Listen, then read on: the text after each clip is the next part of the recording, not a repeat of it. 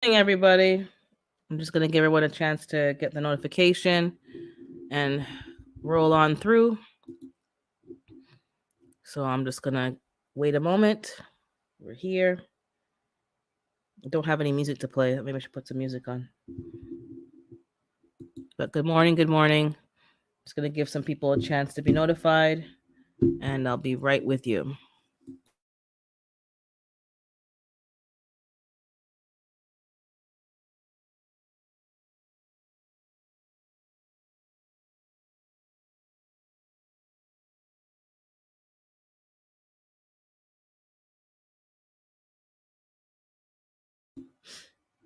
Okay.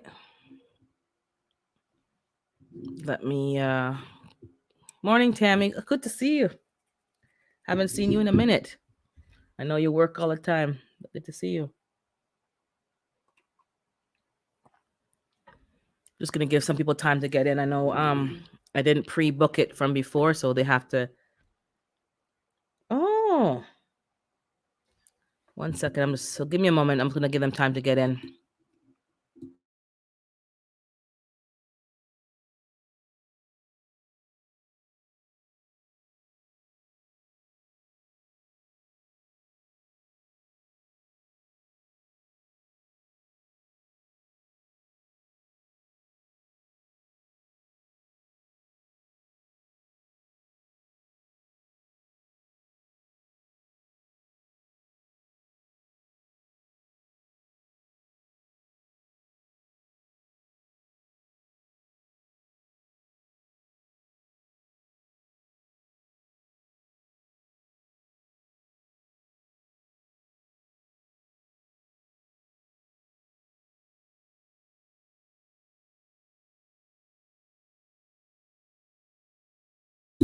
Good morning, everyone. I was just waiting for everyone to kind of come in.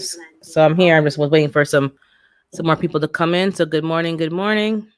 Maybe I should send it on my community tab as well. Give me a second. So people can. Good morning, Bushcrafter. So people can see that I'm on juicer and blender combo. So they got a. But wait, the juicer company that I have a juicer with just launched a new product. That's how they suck you back in, eh? Because then you want to get the new product. So it's a juicer and blender in one. That's convenient. Yeah, I'm not gonna get it. I'm gonna stick to my budget. So how's everybody doing this morning? It's a fall day over here. It's been raining, and this is we're scrambling to get everything cleaned up, put away, harvested. I'm still harvesting some stuff because some of the hot peppers I want them to change color. I'm trying to gather some seeds. So everything's almost finished. I have a couple of eggplants. I think I'm going to have to just harvest them. And I'm cleaning up all the pots and the containers. Nothing much to see, but I think I should just do a quick video on show you guys and launch it this week. And just showing you that everything's gone pretty much. And I had one sunflower that I left that was planted by the tree rats, and I put it in the caged area. It was in a grow bag, and something crawled up. Yes, because it was yesterday. I saw it blowing in the wind, so the flower was there. Now the head of it's gone. Something crawled in. Good morning, Howie. Something crawled in because the top of my boxes is not chicken wire. It's like the cheap plasticky mesh baggy thing that you can get at the dollar store that's been tied around. So it found a weak spot, took kind of ripped off the tie, crawled in, took off my sunflower head, and gone. So these tree rats really are gonna get it for me. We're at war. So I have not gotten any sunflower this season. Not for lack of trying. They don't want me to be great. So that's these tree rats. I had to clean up my veranda again because these same tree rats, somebody was trying to move into my veranda. So there's leaves and wood bark and all kind of stuff. So I cleaned that off, and they even took my mesh, the green mesh at the front that covers my plants, to to use as part of their nest. So I had to put everything back. I did get some mouse traps, thank you, but for actually mice because I'm seeing mice. There's always been mice. I don't have any houses behind me. There's a open land. There's a lot of animals and wildlife. My neighbor doesn't mow their lawn and keep it, maintained. So that's always been a constant problem with vermin. And now that I have chickens, it's not the chickens, it's the food. You can't leave feed around, obviously. And I don't leave feed around. And I know there's one that's living in the chicken coop underneath some stuff. So I'm trying to get in there to clean up and fill any gaps so that they can't get in there. So that's what I'm working on. You know what? I'm seeing before I got the chickens, I was seeing a lot more aerial predators. There's a lot of aerial predators. When you start to notice what's around you, there's bats. I see that. There was a cat that was roaming around. I haven't seen the cat in a long while. I liked when he was roaming around, he or she, because they were keeping hunting. And there's some falcons and some other small aerial birds of prey that were around. I haven't seen them in a minute, but when they come around, it's good. They balance the population. I got some more traps this week. There's a clearance place that opens in the fall, and they open until about Christmas Eve. So I have made some purchases this week. I made some large purchases. I spent quite a bit of money, but on things that I need. Owls can kill 1,000 mice per year. Oh, they'll do well here. I don't have 1,000 per year, but there's a few. So I got a big trap that you have to wind it from the feed store, and it can catch multiples. I put that in the shed, in the chicken coop shed area. I have some ones that I had to put peanut butter on, and it's covered so you don't see the mouse when it's captured. That one's reusable. I bought 3 from this clearance sale that are disposable. So once they go in, snap, pop goes the weasel. You throw out the whole entire trap. I don't think that's a good use of my money. So I'm going to buy some more of the reusable ones today at the other clearance place. I went there on Friday to make all my stops. The parking was so crowded. I had to park at least, it felt like 10 minutes away. Walk into the store. When I get in there, the line was so long. It was just like, the lockdown again. I'm like, forget it. We're leaving. And I went right back to my car and we left. I'm not going to stand up for 45 minutes to line up to cash out. It wasn't worth it. So I said, forget it. I'm not doing that. But I got a story to tell you guys. I'll tell you guys after. And I'm not doing that. So I'm going to buy some more traps from there. I bought some furnace filters for the house from Canadian Tire. There is a new location that's opened in my area. They closed on the other one that was like small, wasn't a nice building. They went to a brand new place, bigger, brighter, and they had an official opening. And if you don't have the flyer for the official opening, you don't get those prices. So I'm glad we had the flyer. We brought it. Thank God we brought it with us. I got a those car pumps to pump your air in your tires. I got one of those. I had my dad's in my car for like a year. He wanted it back. So I had to give it back. That was the whole point of you having one, so that you had an emergency, you had something to put air in your tires, and your daughter has your stuff for over a year. So I got my own. It was on sale. So that's going to be in my car. Furnace filters. What else did I get? A whole bunch of stuff. Things that it was nothing vanity. It was things that you need. And they were at excellent prices. So now's the time to kind of shop. A lot of companies are getting rid of their 2023 inventory, and they're bringing in going to be the 2024. That's not just vehicles. That's like everything. So Canadian Tire did the same thing. Then the store had a special in-store flyer for 8 days. So same thing, a whole bunch of things on special. Baking soda mixed with flour. I should try that. I know I tried something like that with roaches. You borax with flour or sugar or something. Okay, so flour and baking soda. Do I have to make like balls or just sprinkle it around? I sprinkled pepper around. That kind of helped a bit, pepper, but not enough. Um, but I don't have an infestation by any means. Thank God, because I'm keeping on top of it. But I do not want anyone to say that because I have fowl or I have, you know, livestock, that that's the reason for the mice, and that's not true. The mice were there from before. There's always been a mice issue because of just where we are, and there's no homes behind us. It's just open lot of land, and you know, wildlife are back there. A lot of fruit trees back there, and it's not to be blamed on my livestock, but people like to blame, so I have to be careful. Oh, make little balls.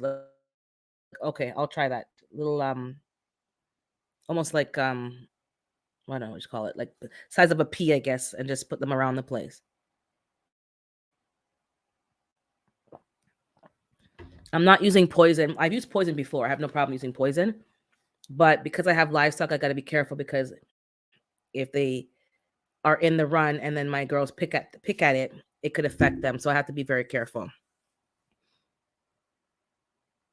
Mice can it just digest? Okay, make little cannot okay, can't digest baking soda. Okay, that's simple. That's better and it's not poisonous. I have baking soda. I have lots because I use it to keep the coop dry and fresh with diatomaceous earth. So that's not an issue. I got bags of that, big bags of baking soda. So I'll give that a try. What else happened this week before I get to the main story? So there's a lot of sales, a lot of rain is coming down. Daylight hours have definitely been a factor for, well, we know that for people, but as well as the animals. They definitely last week were laying a lot less. One day I had three, and I've never had three. The least I've had was four or five, usually five. So the daylight hours, good. Yeah, I don't want to hurt. Well, I don't mind hurting some, like the squirrels. I don't mind hurting them, but you know that's another. I'm gonna get these squirrels, but it's definitely affecting them. So I don't really give them light, but I what I do is when I get out there to feed them in the morning, they're up anyways. I turn on the shed light for them, which is a bright LED light, to give them that little boost, and I think it's helping them. Usually at that time again they start to go and lay, and they weren't laying right in the morning like they used to. So I've been getting a couple of days. I got six this week. I have been giving them some yogurt, and that has helped as well. These are little tricks that you learn from other people, and just even people are sending me stuff, uh tips on Instagram, and it helps because you have to find a way to make them productive. Good morning, Blues. But you don't want to I don't want to work them like workhorses. Like I'd want them to lay, but I'm not going to work them like workhorses. I put the light on only because nobody wants to be in an overcast place all day. It's not very appealing for me as a person, never mind as an animal. I'm going to get a light for the run. I'm trying to find a work light just to have like even 40 watts or 60 watts, nothing overly bright, but just to make it a little bit brighter in there for them. And there's a rumble in the coop because they changed their roosting pattern, and I don't know who's fighting or bullying who, but Redding is sleeping in the nesting box, which is a problem, and potentially getting the eggs dirty. So I was pushing her out and forcing her to go back into the morning D macro, forcing her to go back into the roost, but I'm not forcing her anymore. Obviously, some kind of harassment is going on. I'm gonna have to reshuffle that whole thing again. So I'm thinking of building a third story. This is turning into a condo, a third level, because I can't expand where they are anymore because I need to be able to maneuver and get in, out to clean. So I'm thinking of making a third story, making a staircase to go up one level higher, and having a bigger space, maybe that can hold, let's say, 8 birds, maybe give or take. And I can actually now have room to add in 4 more birds in the spring because technically my run can hold 8 to 10 birds, and I have six. So I think I might add 4 more. Grow some squash.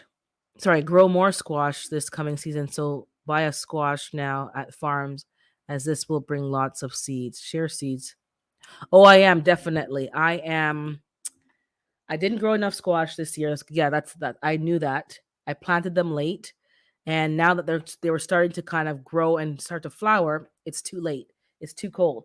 It's too cold. Let me clear my throat. So that was a bust. Zucchinis did well, but I didn't have any squash, unfortunately. And I really wanted the kabocha and the table queen and butter acorn squash, stuff like that, stuff that it's small enough. Good morning, hands in the dirt. I have to build a condo because this is what's happening, guys. When they talk to you about chicken math, when people say, "Oh, chicken math, you're going to start with 2 and then you're going to have 25." Chicken math is a thing. I think it took me over before I got the chickens. I went to get the chickens, order them before I got them in my hands. And I went to order 3 or 4 and I ended up with 6. Now that I have the chickens, this is the problem. And then it's not a problem. This is the issue. I'm selling the excess eggs. People are now like harassing me for eggs. I feel like an egg dealer. Like every day I'm hustling and I'm in my corner with eggs in my, you want some eggs? You want some eggs? Pulling my jacket, you want eggs? I got eggs. Literally. It's like you're selling, puff, puff, pass on the street corner. People want the eggs. They want their eggs. Your squash didn't do. Oh, butternut even. If I got something, but I'll tell you guys that in a second. My plan for this season. So people want their eggs. And funny enough, we have access. Not I don't get it from the farmer, but there's a farmer that somebody at church has access to. And they were bringing down flats of eggs, like flats of 40 and selling it. So some people were already buying those eggs. I think we had some of them, but to me, I didn't feel any difference or taste any difference if I did get them, because somebody gave me some in a 12 pack. I thought they were from the store. I didn't know they were farm fresh. Everybody who's had my eggs says no, my eggs are like pasture, whatever you want to call it, farm fresh eggs, because the shells are harder, the yolks are yellow. It just they can taste and see the difference right away. So the issue is that once you give them a quality product, they're harassing you. Like literally, there's fights at church after church. Do you have any eggs? I go, I only have 3 dozen. First come, first serve. So if people are in queue, somebody already prepaid me. They paid for the one they bought on Sunday, and they prepaid me for one in like 2 to 3 weeks when their turn comes back around. This is great, getting crazy, but it's funny. And that was my goal. My goal wasn't to become an egg salesperson. Like I'm not running around the streets selling eggs. But my goal was to expose people to better quality food and to encourage them to be more self-sufficient. There's a couple of people who are allowed to have chickens and they are working towards it. It just hasn't happened as yet. But that would be basically meat for their family when the chicken gets to a certain age, and they have eggs for their family. They don't have to buy them. So, and I feed my girls food, herbs, natural stuff. I look up how they can get protein and more omegas in the egg. And hemp seeds are a big thing. Pumpkin, like there are certain things that we eat as people that are just as good for your animals. Oregano, thyme, lemon balm, basil, all these herbs are antimicrobial, antifungal, antibacterial, keeps your immune system up. Electrolyte, like all these things, they need them as well. Farmers are just giving them packaged food, farm fresh eggs, here you go. But they're not increasing the nutrients in the animal's feed. They're not adding things like I am, because it's not cost effective. So people can taste the difference. Let me see here. How does a bushcrafter grow their own indoor garden when they travel 5 to 6 months a year? For you, I wouldn't even do indoor. I would do guerrilla gardening, which means that you're dropping seeds in random places in nature and you know where to harvest them from. That's what most of us are doing, kind of a level of guerrilla gardening. We're planting things in plain sight, and when push comes to shove, we know where we can harvest food from. And it's things that will reseed itself. I wouldn't worry too much about growing food indoors because you are always out and about, but I would definitely drop some seeds. You can, things that will reseed itself, things that will not be noticeable. Definitely. But guerrilla gardening. Lettuce, mustard greens. Some people are putting even sweet potato slips because it looks very viney.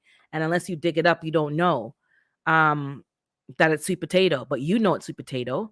I was talking this week on I think it was Brampton's channel. She was reminding people that hostas are edible. You can eat them like asparagus when they're first coming up in the spring. You can eat I think it's canna lilies. There's two. There's canna and calla. One of them is edible, so don't quote me on that. You gotta look it up yourself. But hostas are edible. Petunias are flowers. They're also edible. There's other things that they're not appealing. Nasturtiums are a flower.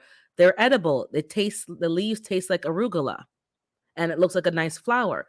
So you just need to focus on what you can plant all over these parks and places that you're going, and then you know that I got nasturtiums, that's a green. I got sweet potatoes, I got lettuce, even some cabbages. Cabbages you can plant. They're cold tolerant and they seed every second year.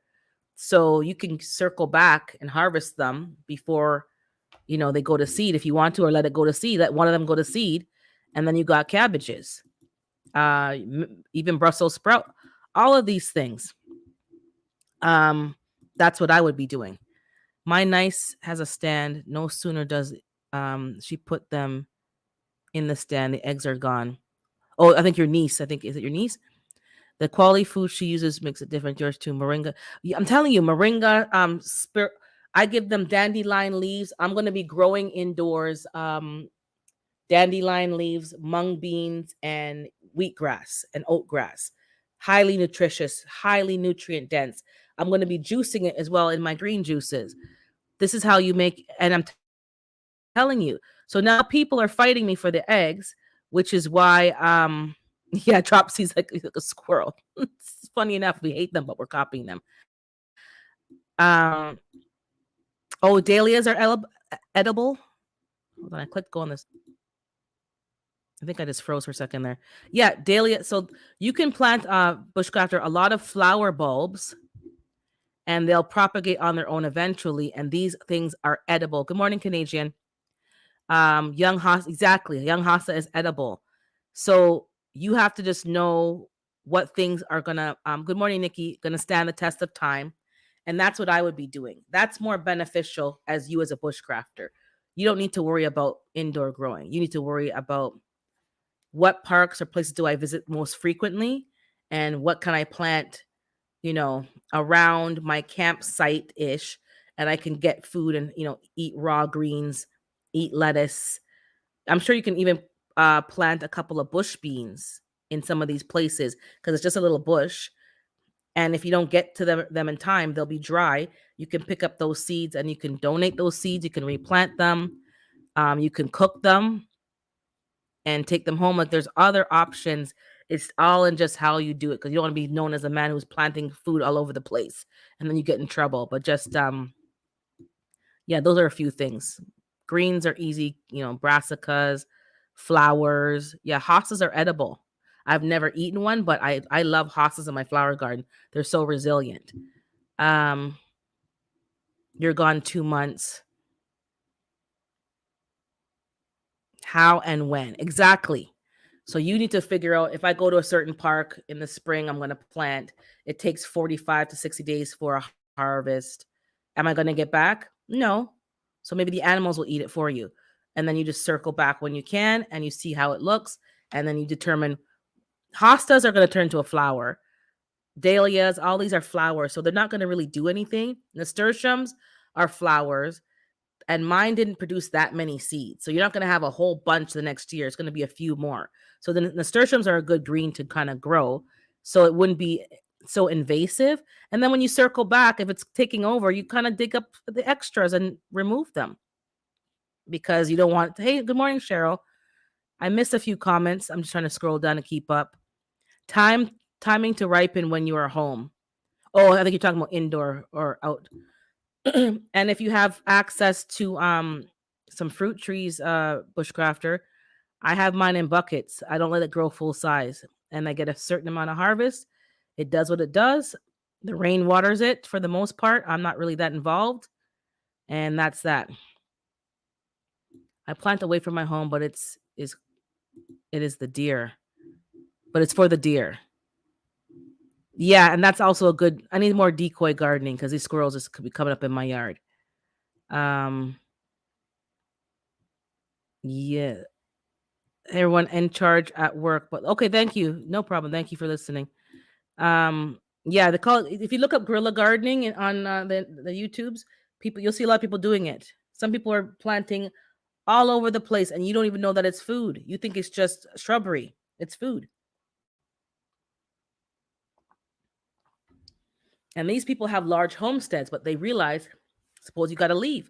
Suppose you got to go on foot somewhere. Suppose something they know the area and they know where they can pick up food from and things that you can eat raw because most likely you're not going to be out here cooking certain things. That's the wave that people are moving on, and I'm going to be planting some more stuff. I have some stuff behind, but I'm going to be planting some stuff and let it go to seed. Bok choy is pretty fast and it'll go to seed and blow all over the place. And you can walk around and see all these bok choys and pop them up and eat them.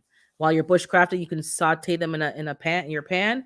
There you go. You got some vegetables. What else? Okay, so the chick back to that. So I'm looking to get 4 more potentially.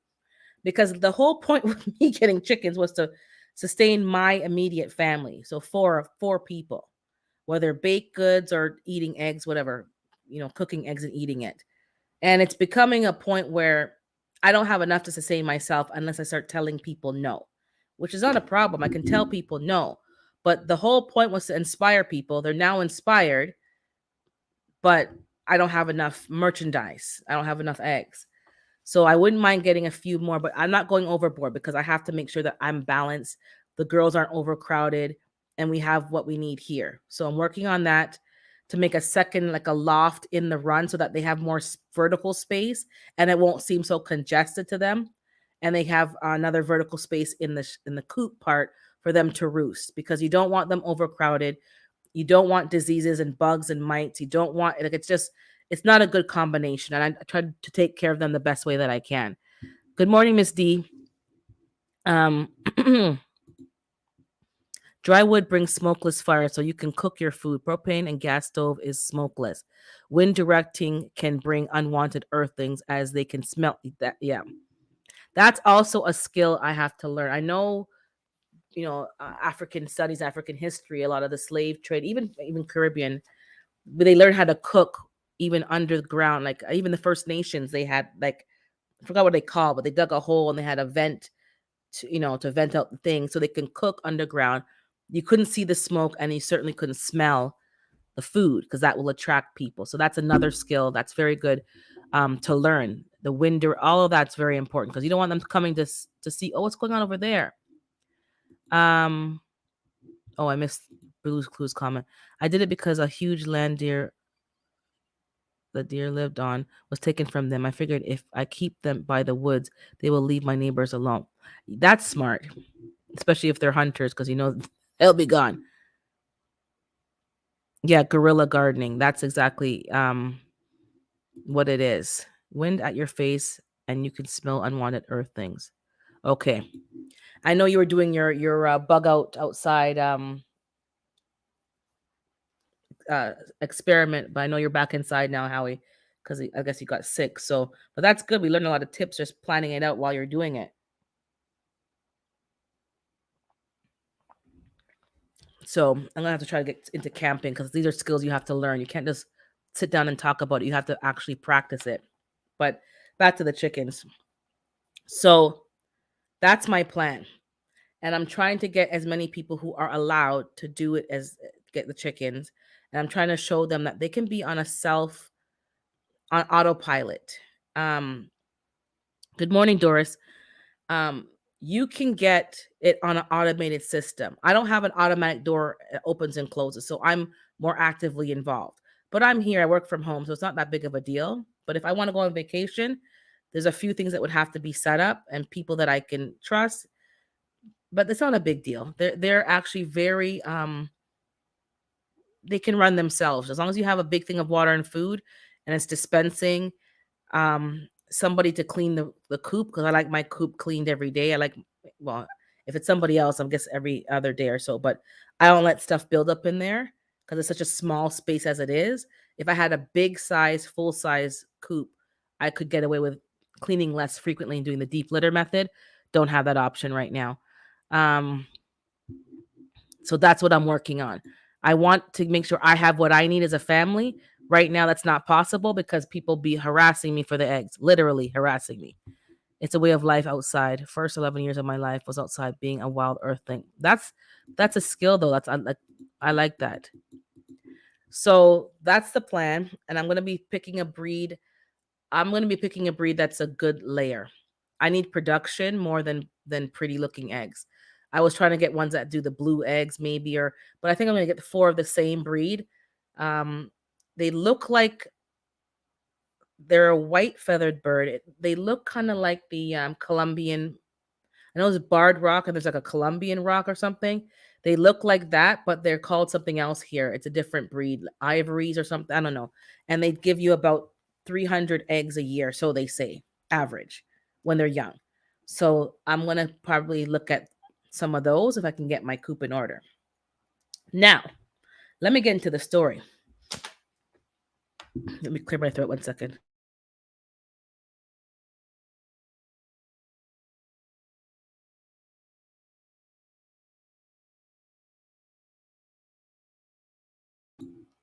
Sorry. Saturday morning is like sore throat, congestion. So this is what happened to learn to use a snare for wabbits and birds. This is what happened this week.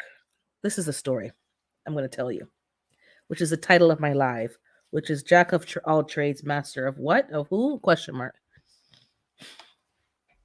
So there's a negative experience that happened, but I'll just tell you the story because there's layers to the story. It's not bad, but it's just this is what sometimes we have to deal with. Good morning, Darren. Make sure your snares before the fox do. Oh, the fox will take out your catch. So I finally got the shed, which is the chicken coop, the roof re-shingled. My dad asked the neighbor across the street from him for somebody who does like handyman work. My dad can do the shingles. He's done it for many years, but because of his age and his health, he cannot do those kind of things anymore. But he was going to supervise and be there and guide them through to make sure that it's done properly. Because we already know that some people will say they can do stuff, and then when they go to do it, they don't even know what they're doing. This is a common thing. So he did the work at my dad, some things at my dad's house, some odd jobs here and there. My family member called me and kind of gave me a heads up, like she don't like the vibe of this man. She just don't like the vibe. She gets a vibe that he's a know-it-all. Anything you tell him, I know how to do that. I like a arrogant know-it-all. Nobody can tell him nothing. Nobody can correct him. They did the driveway at the house, my dad's driveway and the neighbor's driveway, because it's something they always did together because it's a shared driveway. So they never did things separately. They always communicated, and so that the house would match. That's how you should be doing things if your house is attached. Some people don't give a crap. They do whatever they want. This driveway took days and days and days to dry. I'm like, we've done this for years. Only to find out that the man said not to use the driveway sealer. He used tar. I don't know much about driveways. I have to seal mine, never mind. So that's going to happen in the spring because it's too late now. You use driveway sealer. You roll it on the driveway, 24, 48 hours, you park on the road. After that, you can open up the driveway. You're back on the driveway. So all the leaves are blowing off trees and sticking to the driveway. It's just sticky and tacky. And it still hasn't dried properly. And also, it's October. I don't think tar should be done in October. I think it's something you do at a certain time of year so that it can dry properly. Anyways, my dad had brought the man to my house at some point. I wasn't home to show him the job that needs to be done. Yeah, run. Show him the job. My family knows I'm very particular. I don't like people on my property. I just don't like you on my property. If you want to see a job, fine, but I want to meet, see how you are. I wasn't here. They saw the job, priced the job. I said, I'll think about it. But my issue was I don't want to have to hire someone to do a job. Then I have to go shopping for all the equipment and materials because I don't have a pickup truck. So you're giving me work to do. I don't want homework to do. I want to pay the money. You pick up the materials, all that, do the job, and I pay you for the job. That's what I want in this scenario. I don't want to be doing pickup and delivery and unloading. I'm a strong cookie. Yeah, I can pick up stuff, but I want to be lifting and carrying up and all this. I don't want to be doing that. Oh, he messaged back through my dad. Oh, he has a friend with a truck. He can pick up the stuff. He called the other day, asked my dad, do you want to move forward? I said, yeah, we'll move forward the job. I said, so-and-so amount, right? My dad goes, yeah, that's the amount we agreed upon. No problem. The man comes and to look at it again, remove off all the old shingles. And I was told by my dad, funny enough, before, let him handle it. Let him handle this man because this man is quote unquote sensitive and he doesn't want me to ruin it. And then he has other jobs to get done and the man won't do them. So I'm looking at my dad like, ruin what? If someone needs to be checked, they're going to get checked. If no ifs, ands, or buts about it. That's the whole point. When someone needs to be checked, you need to check them because then they're going to keep doing this stuff. Didn't know what was going on, Good morning, Jegs. And did I miss somebody? I'm just telling a story, so I'm not watching the chat as much, so I'll read these chats later on. Sorry, my throat again. Just give me 1 second.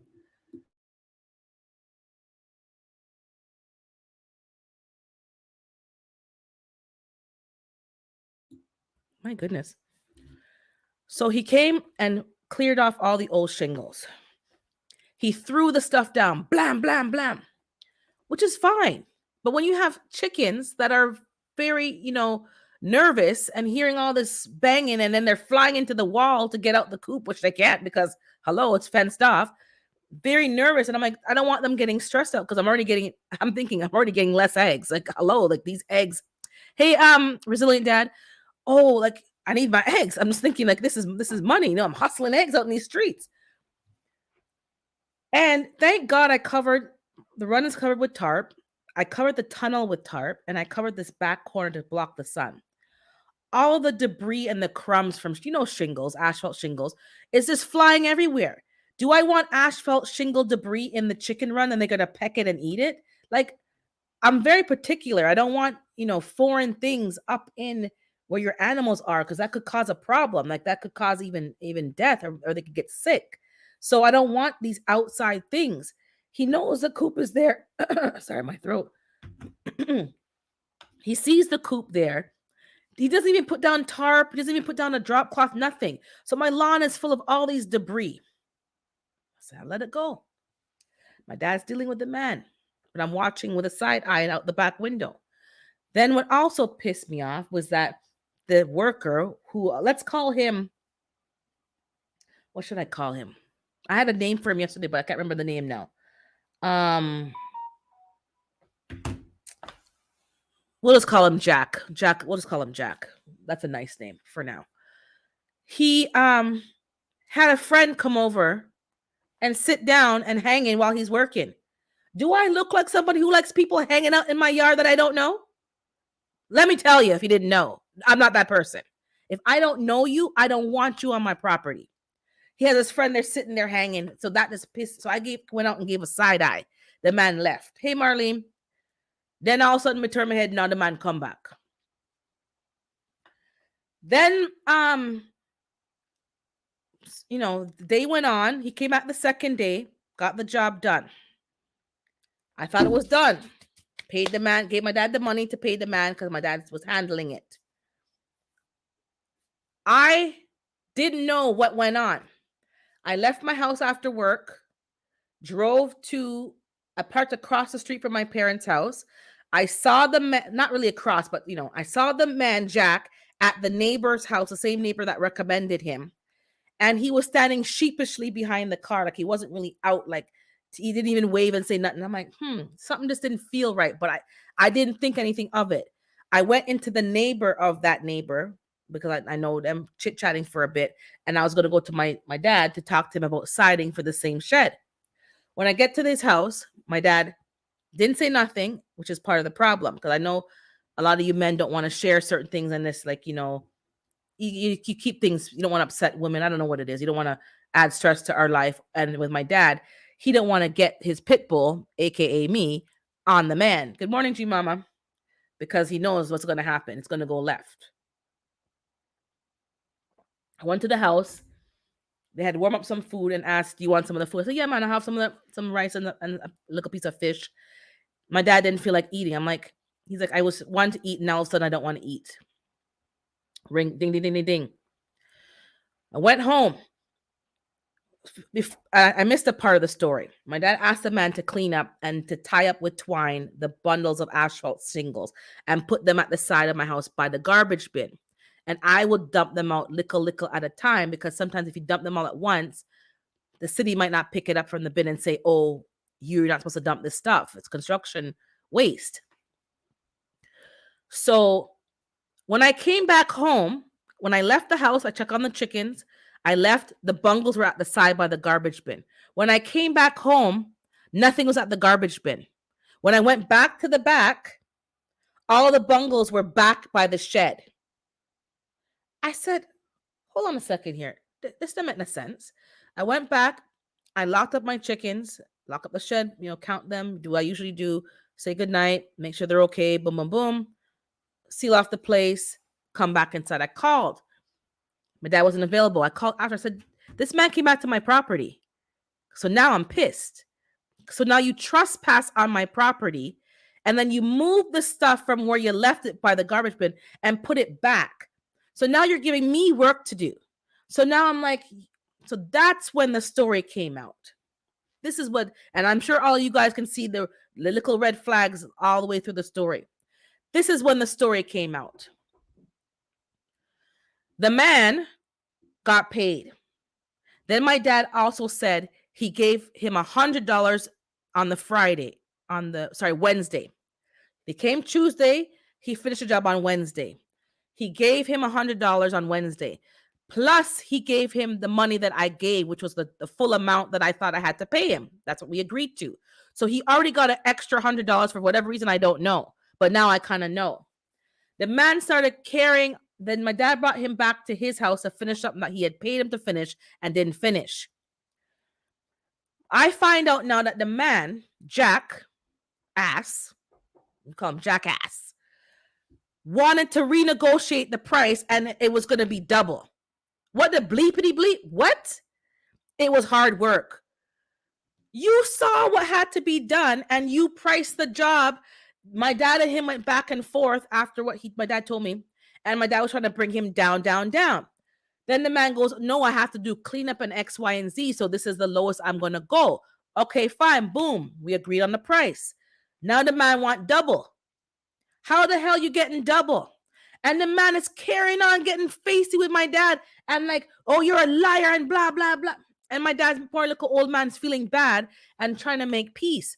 I ain't making no damn peace. The only peace we going to have is a piece of steel up in your neck back. Well, allegedly. Because I don't have to have no peace. You're out of pocket and out of line.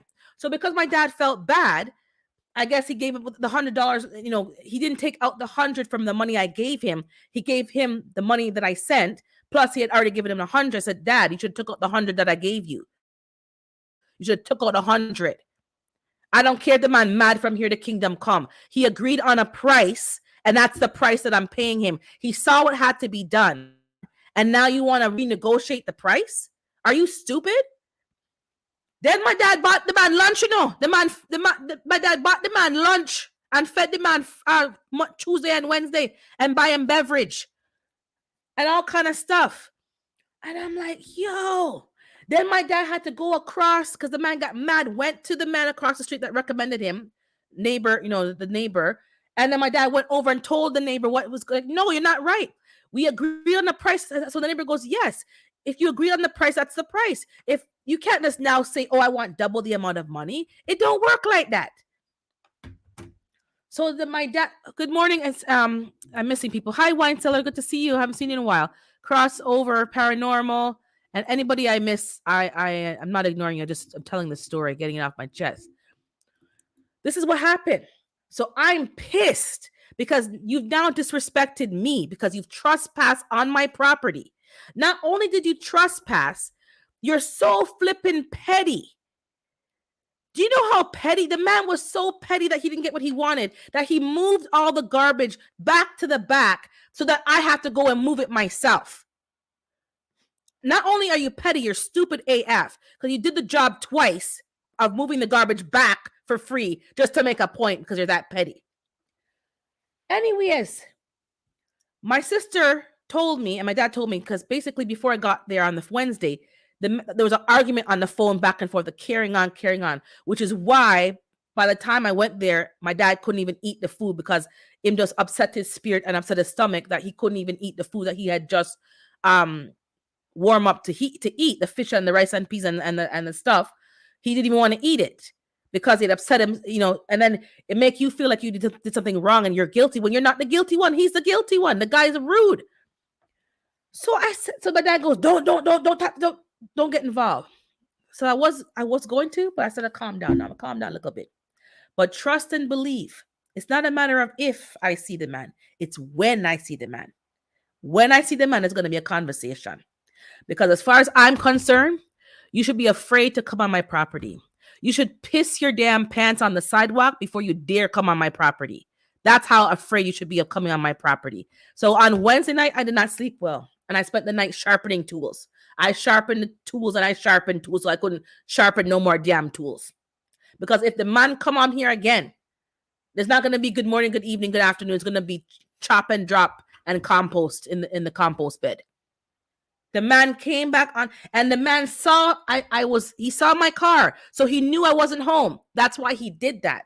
So my dad goes, "Thank God you weren't home, because trust me, it would have went left. Because you're not coming and going like you run things over here. I run things over in my property, whether you like it or not. You're not coming up in here willy-nilly." So the man now, pure uproar. We're thief, we're liars, we're X, Y, and Z. I ain't stole nothing from nobody. I paid what we agreed upon, the price that you agreed upon. I'm not paying you a cent more. And I'm a stand 10 toes down on that because I didn't do anything wrong, nor did my dad. So I told my dad, next time you need to tell us. He didn't want it. I said, you need to tell me, because had I known, I had a feeling when I saw the man hiding behind the car, like he wouldn't even say hi, acknowledge. He looked like he had a screw face. He was smoking the cigarette like he was mad. And I could have seen the body language. Had I known, I would have turned my back and went back home, because I know the man is spiteful and bad mind. Then my family member who saw what happened, who saw the man and warned me, I said, you weren't wrong. You weren't wrong. What you saw was right. And they didn't even know the story. They were just eavesdropping on, because my dad didn't tell us none of this. It's when I said, why is my stuff moved? Why is all the garbage? So we moved the light stuff, but there's about 4 bungles at the back that I have to move because I can't. It's heavy. Funny enough, I had bought some work gloves at Canadian Tire when they went to the opening sale. Me not need work glove. Who needs work glove? I'm not working. I bought the leathers, sheet, whatever, rough work glove. Because guess what now? I have to go and lift these big old bungles and put them in the garbage. So this is the story. Then the man is doing the work. Because now we're talking. Now my dad's talking. Because I was upset, but I wasn't yelling. I wasn't cutting him off or nothing like that. I was letting him speak. So now I find out that the friend that was there, that I didn't want there because I don't like people on my property, my dad is telling the guy, there's a certain way you start the first shingle. I don't lay shingles, I don't know, but there's a certain way, because my dad has done the work. He knows what he's doing. He just cannot do it and do any lifting and nothing like that. The man's like, I know, and carrying on. So the friend had to tell the Jack, stop acting like you know everything. You don't know everything. What the man is telling you is right. What the man is telling you is right. The first shingle supposed to go on almost like a different way, and the adhesion or something. I don't know. Those who lay shingles, and you put it on, and you have to let the thing overhang and blah blah blah. Even before he laid the shingles, my dad went back to his house to get a piece of plywood to put the plywood on there.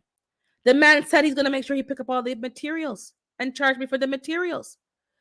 Then when the man is cussing off, Jack is cussing off my dad. Oh, I had to use a 2x4 and an X, Y, and a Z. My dad goes, you use a secondhand, a reused 2x4. It's not a brand new 2x4. If you want to charge me for the 2x4, fine. Not a brand new price, mind you. And I put the plastic down underneath the shingle. He goes, and charge me for the amount of plastic that you used, not the whole roll. You're not going to charge me for the whole roll of the under whatever the paper you put down. Charge me for the piece. That's fair. My dad goes, that's fair because and then he goes, I had to add a piece of plywood at the back. I go, because I told you the thing was rotten out with water. You're gonna leave it there and put shingles on the rotten piece of wood? You're supposed to be doing the job. I had to say, Leo, this corner is all waterlogged. You gotta change the plywood. He put a little piece of plywood on there. Look a tiny secondhand piece he cut out and put a new piece. Fine. Charge me for the piece of plywood.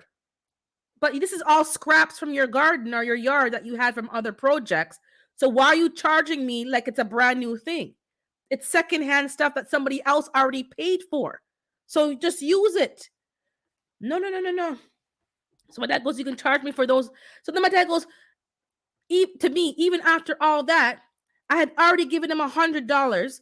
Plus you gave him the full amount. So why is he carrying on? He doesn't get back the money for the piece of plastic, the under padding thing, the plyboard, the little 2x4 that he used. He already got back the money.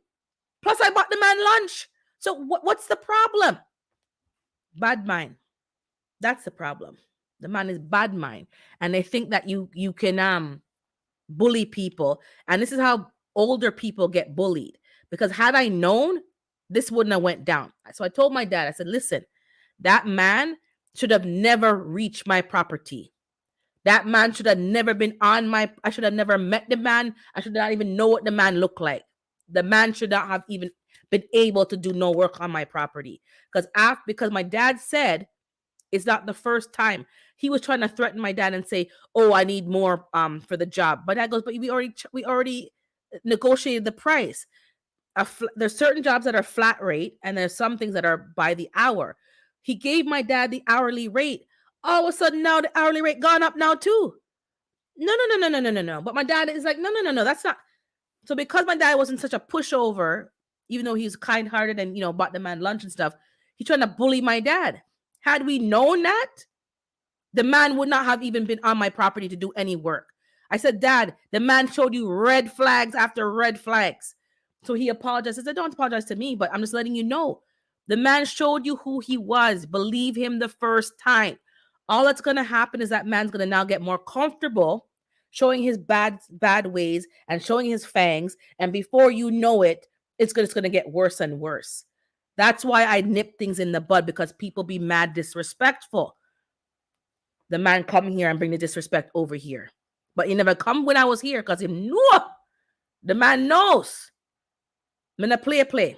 He doesn't know for sure, but he could tell by my face like, yo, this ain't going down. Let me read the chat. Sorry, let me catch up. This is what happened.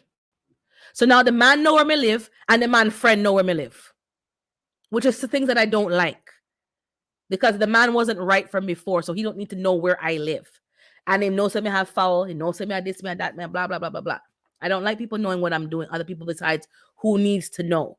And that's why I'm particular with who comes and does work, because certain workmen don't give you no attitude, don't give you no back chat, don't give you, their word is bond, and they treat the place like it's their place. Now I have to go and rake the lawn because it's full of all kind of asphalt debris, which is dangerous to my girls, dangerous to animals. All the dust was all over the place.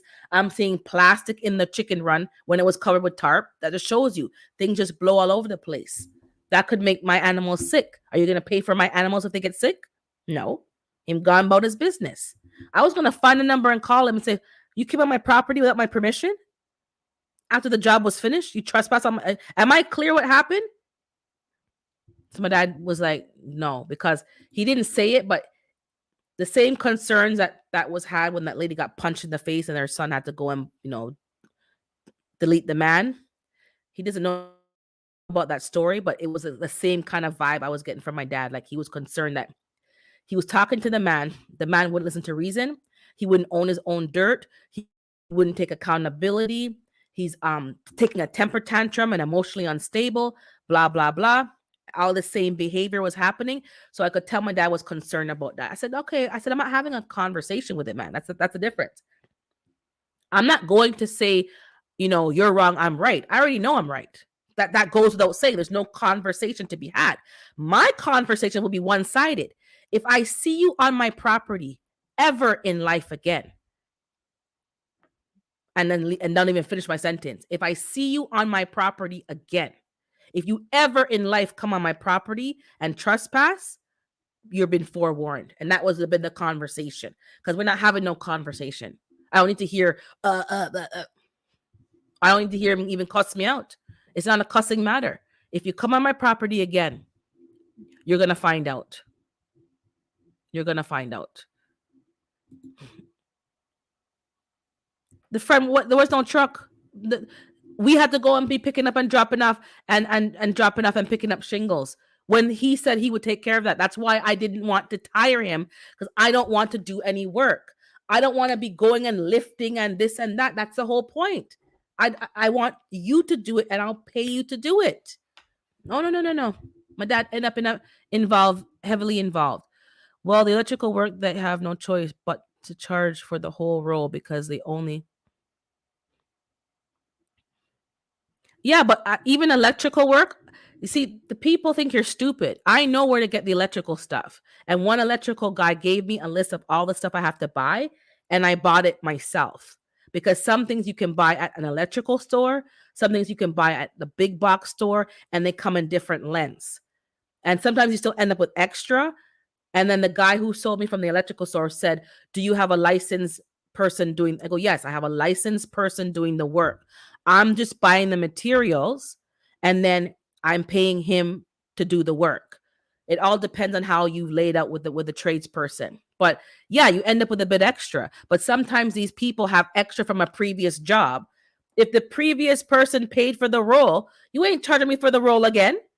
And that's what they're doing. Like I was born yesterday. You're not charging me for the whole role again. That's not right. I don't mind paying a little extra because you brought the materials, but you're not charging me for the whole role again. No. You missed me with that. I wasn't born yesterday. Any handyman must be monitored, and notebook must be there. Exactly. That's what my dad was doing. And then the man trying to say, when he was doing my work for my dad, he worked so many hours. My dad even didn't deduct the hours that he spent going shopping with the man and lunch. My dad just paid for the whole day. I said I wouldn't pay for that. Your lunch break is unpaid, like mine is unpaid in the real world. Unpaid lunch, and you get 2 paid break, 15 minutes. That's how it works in the workforce. And me going shopping to buy the equipment that you're supposed to buy is being deducted because I'm paying for my gas and my time. But my dad said, you know what? And even with that, that's why they say, what them say in the Bible, them say, something about dogs. Where's Psalms? Because Psalm will tell me the verse. Something about dogs. The same dog that was your friend 1 minute will bite your hand off the next, basically. The same dog that was your pet will bite your hand off in a minute and turn on you. And that's exactly what the man did. A wild dog, he turned on my dad. Yeah, exactly. Bogus. Good morning, Willie. I don't know if I said hi to you. So this is what's going on over here. Wow, crazy, especially with someone. Yeah. So this is what's going on. So I haven't seen the man, but I know what street he lives on. But I'm going to stay out of it. But I'm going to see the man. It's a small neighbor. It's small. I'm going to see the man. So the man started a war with my dad, but now he has a war with the whole family, because that's how it is. You have a war with one, you have a war with all of us. The whole crew are coming after you, allegedly. So when we see the man again, it's going to be a problem. The man is not right. So now you not only lost the little odd jobs you're getting from my dad, you're certainly not going to get no jobs for me or my sister. We're done. We're done with you. Done, done, done. Hey, devil dog.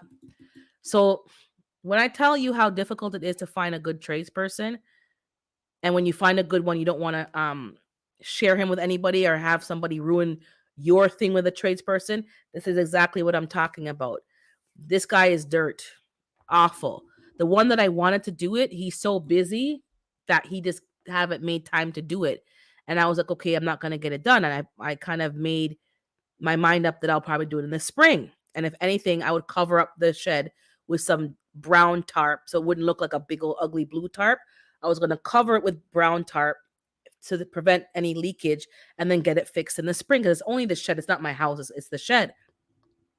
But he thought this guy was gonna do right, gonna do good. My dad was using him, blah, blah, blah. But no, he was horrible. He was disrespectful. And then he came and brought the disrespect over here. So I'm lifting up all the bundles and putting them back. I'm gonna get some help today. And every bundle that I have to move, because karma don't play. Every bundle that I have to move is a blessing that's coming towards me and being taken away from him and his family. That's the way I see it. That's what I called into the universe, because I'm not doing this extra work and just being quiet about it. If people say, "Oh, vengeance is God's," I'll let God take care of it. But he's gonna have to deduct some things from over there and add them to me over here. Because I don't. If you want my silence, if God wants my silence and me to just not get involved, I need some kind of payment. That's the way I see it. Oh, that's not right. Well, that's the way I see it, and that's the way it's gonna work. And whatever I have to move and whatever extra work I gotta do to fix what he did, he gonna have to. That's why I only deal with companies that are bonded and that I can sue. I'm telling you, exactly. That's exact. So I'm telling people this so that in case you ever want to slip up and maybe, use us a handyman, think twice. And I wasn't really keen on using this guy, but my dad, but we didn't know the details of what was happening. Now that we know, nah, man, nah, you need to get rid of him. And people like that, I ain't paying cash. I'm not paying cash. Always get it in writing. Same thing. He did. My dad did. I go. You have to get something in writing to confirm what the conversation was, because now he's acting like we're liars. My dad's a liar. My dad didn't lie. My dad doesn't lie. I'm not saying that because he's my dad. I've seen how he moves all my life. He's not gonna lie. If he did something wrong, he goes, well, maybe I didn't do that part right. Maybe I didn't, but he's not gonna lie. That man is a liar and a bully. I love going to court when it's warranted. I'm telling you. So be mindful of the people that you let me drop the link again, of the people that you use to do work. And that's why people, and sometimes even women, don't mind paying a little more just to have the peace of mind, because all this arguing and all this stuff, and I lost a good night's sleep on Wednesday night. I was just like turning, then I'm sharpening tools and I'm making sure everything's secure, and I'm sharpening tools to make sure if anything go, I'm ready for jump up, and it's like, come on. This is just for a roof to be shingled. Like, it doesn't make any sense. It doesn't make any sense. Yep, take a notepad, and my dad kind of got too comfortable and too good. Hey, Shar, good morning. Got too comfortable and didn't do things the way we do it. And this is what my dad had to take into to account. Book a task where I experience handyman online. We have that, but my dad wanted to take care of it.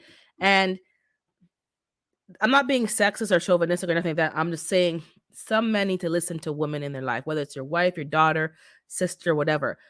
Women have a sixth sense, not sense. We don't need to know the whole story. I just knew something wasn't right. And I just like, and I didn't have anything to base it on, but something wasn't right. And if he had told us and would listen to us, none of this would have happened.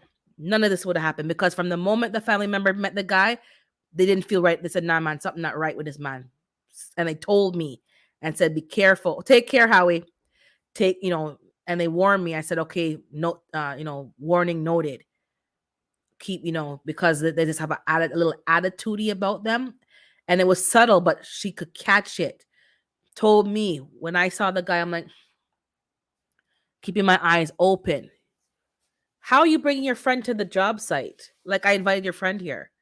Like, that alone just turned me all the way off. But the task rabbit, yes, stay away from Pookie to fix your electrical or roofing or anything. Yeah, I have an electrical guy that I use who's licensed. I have 2 guys, and I have a plumber. But these odd jobs, that's where I need somebody who's, and everyone's busy. The guys that I was calling, they're all busy doing jobs. They're doing renovations of basements. Like, they don't have time. That was the problem. Save your seeds for winter squash and plant May 24th weekend in mounds. I think, yeah, Howie's doing a lot of squash because he does it in the Howie is a permaculturist, and if you want to do like / guerrilla gardening, he doesn't say it, but he's kind of guerrilla gardening. I need a handyman, Shar, because this experience of this man named Jackass was horrible. He's rude, rude, rude. But Howie, food forest permaculture, he does a lot of planting in just the forest in just places. It's not a actual structured garden. It's a permaculture in nature. I think I froze again. Harvest in nature. It's part of the ecosystem. That's how he's doing it. Good morning, Charles. And did I miss anybody? But I could use it in another plumber because you never have too many plumbers. I have one guy that I used once here. He did a job. He was very good. But you always need a backup because sometimes they're busy. Hold on, let me bring up Darren. Hey, Darren. Hey, How are you? I'm wonderful. You done got me started. This is going to be a conversation. I'm biting off for next week. Okay. Um, Long story short, in Georgia, and I live in Lawrenceville, which is northwest of Atlanta. You can't get a person to come do Hey, any Hal. work for you. You can't get them. You can't get nobody. And I got my whole story. I got taken. That's the reason why I love working on lawnmowers now, because originally I had a guy come in and pick up a lawnmower, a blower, a weed whacker, all this stuff that I needed fixed, and he never came back. And I mean, I wanted to go light his behind up. But if you're from Georgia, he lived in Forsyth County, which you don't, as a African American, you don't want to go up there. You're gonna regret it. And I've been through what you're going through. I've been through, and I learned. I had to, one way or another. I had to. That's why I really started loving YouTube. I started learning how to do this work, like you said, shingles. I learned how to do shingles. I'm on the top of my house fixing shingles. I learned how to do that. I also learned how to, and I'm watching YouTube videos because these people they try to cheat you, they try to rob you, and and I didn't want to go back and forth of my father this, but I didn't realize for so many years, and Charles will tell you, I'm gonna bring it up when you come on, come on my live. And I had a suspicion Hey, for, hold on. for so many years about my father. And Charles, me and him hooked up, for friends for, last couple of years. He said, and because we're from the same hometown, he said, do you know about your father? I said, no. I'm fine. And I said, I have some suspicions, but he told me my father was like an underworld type of figure, in our Mhm. neighborhood, and he would light your behind up. I just knew my father was crazy, but I didn't know he was like, you know what I'm saying? Yeah. And I have that crazy gene. And a lot of times why you see me happy is because I strive to be opposite of what I grew up seeing. Do you see what I'm saying? My Mhm. father was not nice. He didn't cut corners, and if you tried to rob him, he went for his gun. Literally, he was like, he passed away a couple of years back, and the guy tried to threaten him. He said, "I ain't got time for this. By the Yeah. time they put me in jail, I'll be dead. So I'm going to shoot you right now." And he went for this gun. The guy started running. Oh, call 911. This guy's crazy. He said, "I ain't got time for this." That's my And uncle. That's exactly that's why. He goes, by the it, time you it. have a conversation, you're chatting up, you're behind as up a tree hanging. No, no, no, no, no, no. If you're gonna come over here, you're gonna meet it's your maker. Like that's how you have to move, and not being rude because they're so brazen. The man came to my house like nothing, like I didn't Exactly. know. I don't have a Exactly. camera there, but I knew right away something was off. I could feel the aura was off Exactly. when I And opened the gate. Something was off. because I'm a truck driver, I got cameras all over. I know when you're on my property. Hmm. I know it, and that's why when I tell you I had to learn how to do stuff with my lawn and learn how to put the right chemicals on there, because I had a True Green guy say that he came to my house at 6 o'clock in the morning.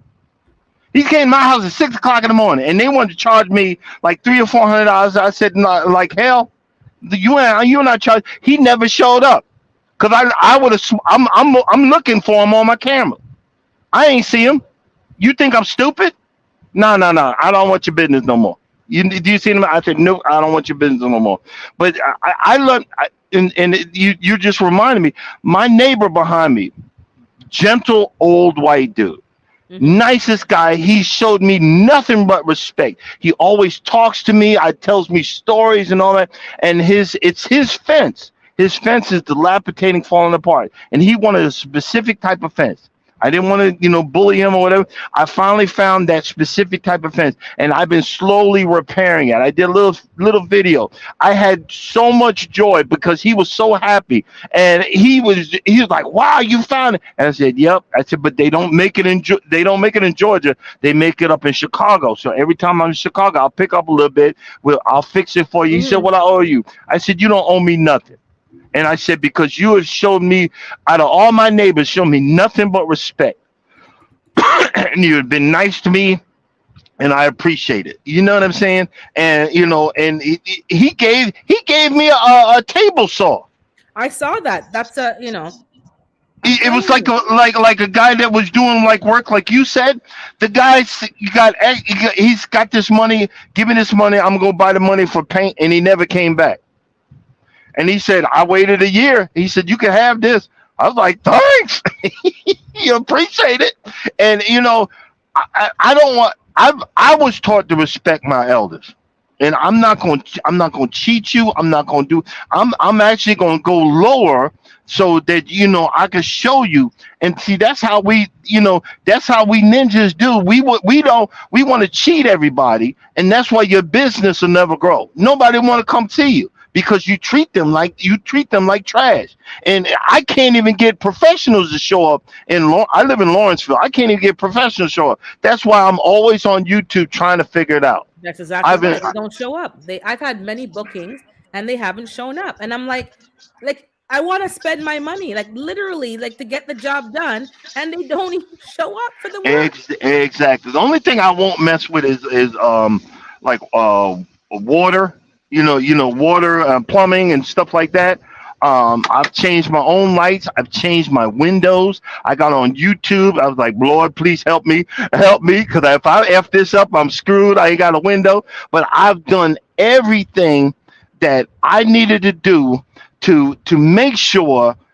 And my wife loves it. When we first moved in, I had nad tool in my garage, and my garage is full. It's packed. It's packed to the hill because I try to get somebody. If you don't want to, you don't want to. I'm gonna figure it out.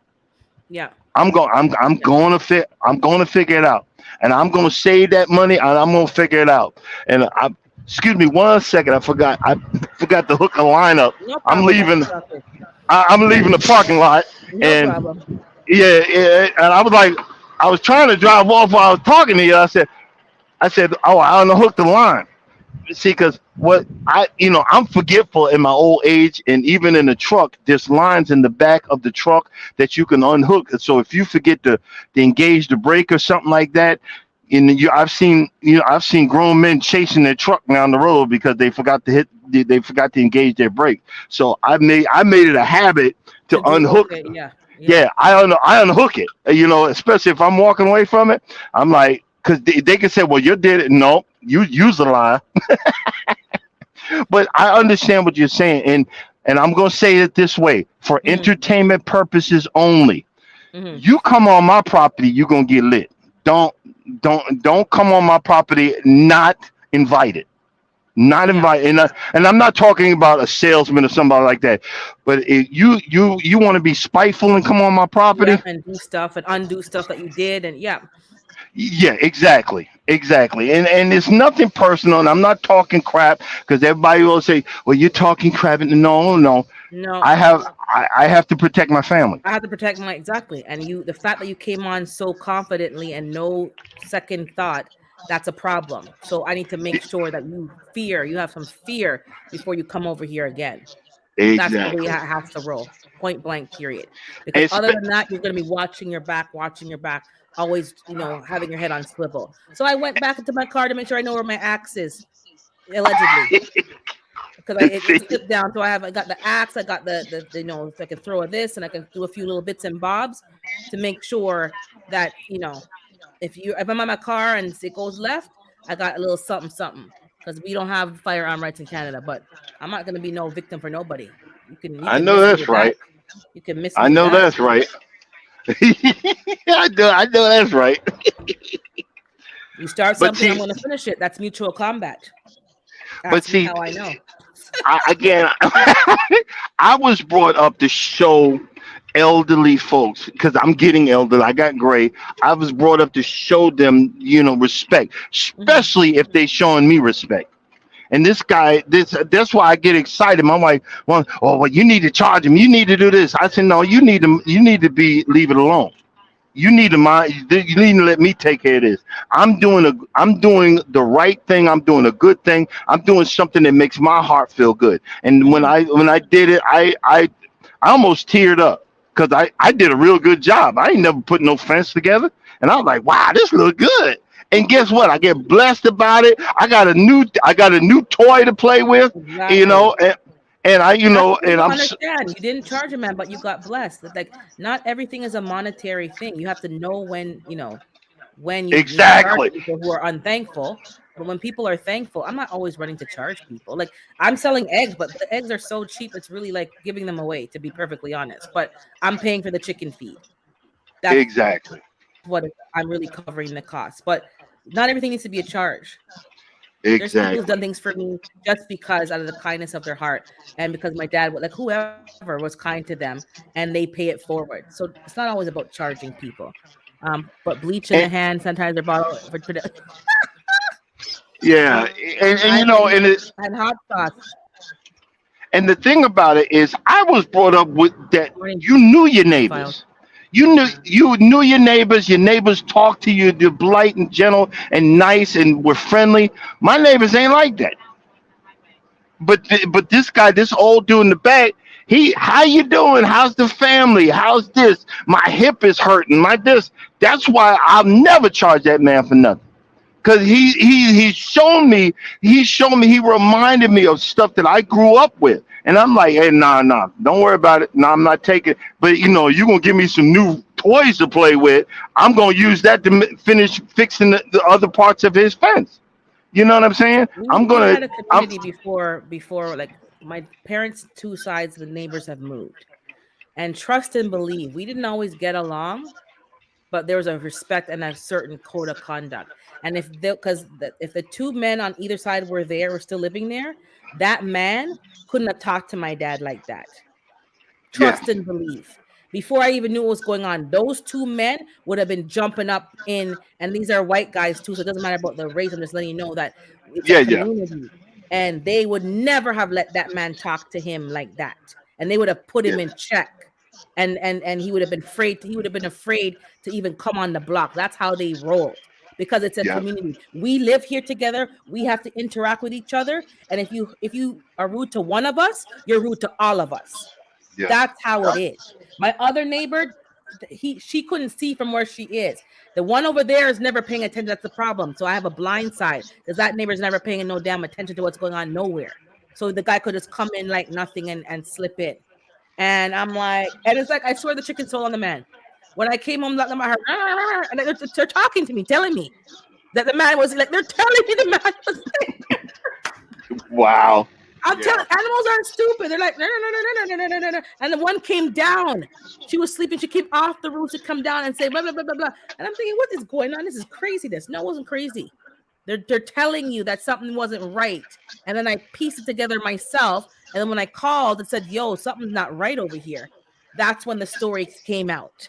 And then he realized the man came to my house because he was out of spite, because he was mad that my dad stood up and didn't, let him push him over. Yeah. And I'm sorry you had to go through that, but I've been going through it. That's why even though I'm I've done roof work, I've done I've done ladder work. I'm getting tired. I don't want to go back up there, but I have a HOA. I got to go up there and make sure my gutters are clean. And like before I left to get on the road this time, I said I Yeah. looked. I was like, oh crap, I got to go up there. And I went up there, cleaned it out, left, and I know what you're going through. That's why I'm trying to get all of my rebuild projects done now, because later on I'm hoping it's gonna last for 20 years, because Right. Yeah. I'm not doing it no more. You know Yeah. what I mean? And you Yeah, have to be that smart, because when you're getting older, it's like that's what my dad was saying. He's like, I gotta do things that are gonna last, because this is the last time I'm getting them done. By the time yeah, he passes on, he's like, these have to last so you guys can sell or do whatever you want. But he can't be doing these cheap DIY. Like, it has to be done properly. And he can't. He yeah, goes, he cannot do it. He goes, I would do it myself, like he's always done, but his health does not allow him to do it. And then people yeah. just want to come and take advantage. Like, no, no, no, no, no, no, no. So now he knows. You better tell us beforehand, because if I gotta find out, it's gonna not be cute. Yep. And quick story before, and then Mhm. I'll step down. I used to live in an apartment, and I got into, because I'm originally from Long Island, New York, which gun control laws are off the chain. You can't get nothing. Mhm. I moved down to Georgia, and I literally had an armory in this apartment. And this guy, these Mexicans, and nothing against Mexicans, but that's who they were. They were leaning up on my door and acting all rowdy and all that stuff. And my wife was afraid to tell me, like I was gonna get what. And I just was laughing, like, okay. I waited, because I was working for the cable company, and I would circle around the apartment every once, and I finally caught him. Mhm. All of them leaning up against my door, and I walked up all nice and polite, and I said, "Excuse me, hablo English?" He said, "No, hablo English." I said, "Yeah, you do, mother effer. You leaning on?" He said, and I said, "You leaning on my door? My wife told you to move the last time, but I'm telling you right now, all you mother effers right here, I have a effing armory behind this freaking door. When I get to my AK, and I had an AK-47 at the time. When I get to my AK, I'm lighting all y'all up. You understand?" And I got like nose to nose. You said, "You understand me?" And then I never seen them again. They all got and took off. And Yep. and I took Yep. my neighbor was a cop. I told him what I did. He started laughing. And I used to go to the gun range, and I would take all my stuff. I wanted the whole neighborhood to see what I was packing. I said, "I got something for you. Go ahead, be stupid. Go ahead. I promise you. I dare you." I said, you'll be dead and I'll be in jail. We'll all go. We'll all go. And see, And people, people they think that you're being excessive, but you have to be able to put your line in the sand, because otherwise you got to watch your back all the time. and that's the main thing. And then I'm going to get a step down. People, they misconstrue. They don't realize, just because you're meek, that you're polite and gentle. They don't know the story behind it. I I, I got the crazy gene in me. Trust and believe. I don't want it to come out. And Mhm. that's why even on YouTube, I'm like, "Hey, welcome to my, look at me pushing the lawnmower." That's who I like to be. I don't Yeah. like the crazy part. You see what I'm Yeah. saying? Mhm. No, don't do it. Don't do it. Don't bring it out. And there's a few times that's why a lot of times I'll get on somebody's live that I trust, and then I'm gone. You know what I mean? Mhm. And because I got anger issues. I got all you know it, because you come to my live. You know it. I didn't realize when I first started my live that I'd be yelling. And Charles was like, "Hey man, you be going off on that." I was like, "Really?" And I was like, "Oh shoot!" And that's why we made it into a joke. But I Yeah. mean, Earphones. Put your that's earphones. really Yeah, that's really me. That is real. I didn't realize I was doing it. Then I started laughing at myself. I said, "Oh my God." Hmm. I let it out. I let it out, And then, when you got to step to people, especially when they on your property, hey man, this is my home.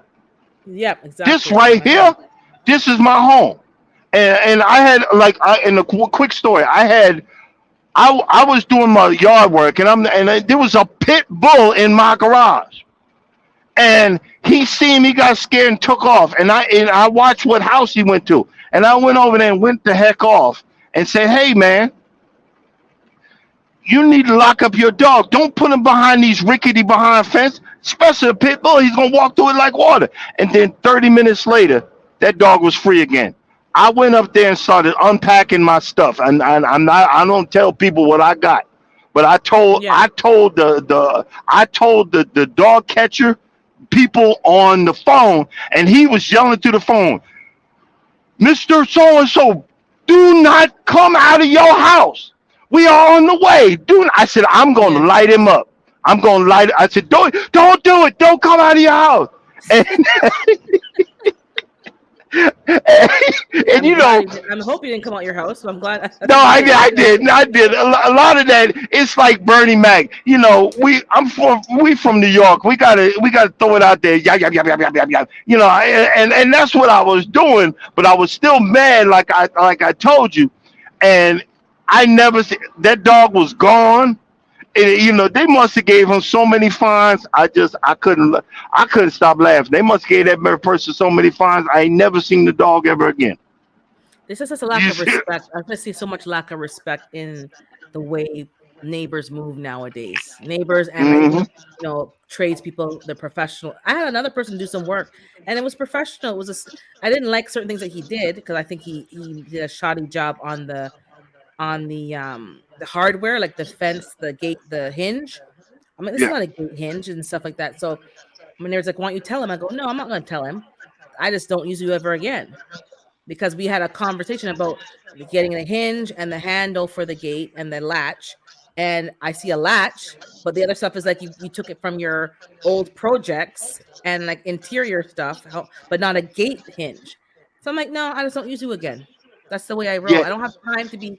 I don't feel like having to argue with everything. And she's like, well, tell. I go, yeah, but he knew what I asked for, and this is not it. and So and and yeah, that's what happened when I put the fence together.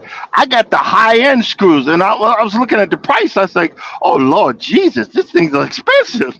And I yeah, was sitting there laughing, but I said, "You know what? You're doing a good deed.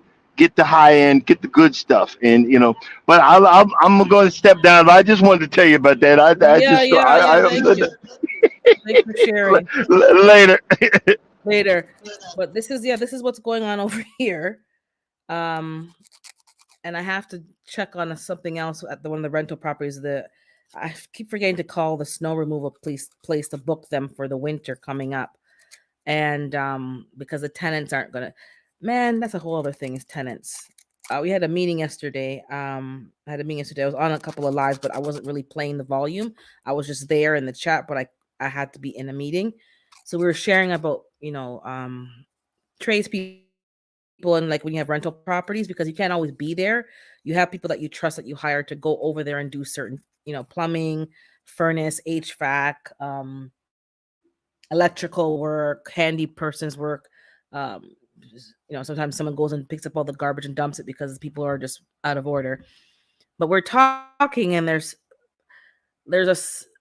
some part of it is also us for us to own because if you're going to be hands off, you're going to get what you get. People start to take more liberties because it's like the saying, when the cat is away, the mouse will play. And if you're always not present and you're not hands on, then they're going to start to do whatever they want to do and start to behave very badly. So somebody shared, they're having had issue with somebody. They finally got rid of them. They weren't paying their rent. And what we need to understand is that people who don't pay their rent are not always having financial difficulties. That's not the stereotype. Most times when people have financial difficulties, they kind of say like, they're having a hard time. It's not just they just stop paying. It's the ones that have the money and can afford it but don't want to pay. Those are the ones that are the real problem. So he had, and it's like you share your stories, you tell people, and I know I shared some of my stories, and they just said, "Oh, whatever," and they believe the people's sob stories. You have a couple, and they're both in healthcare. They're both nurses, and there's a certain city in Toronto that nurses get paid more than anywhere else in Ontario. So they are living in that. That's why they moved there, because you get more pay, and both of you are in healthcare. You're not struggling for money, and the rent is cheaper in these smaller towns because you're out of the city. From the moment you don't pay, right away I'm issuing the form. I don't even play around.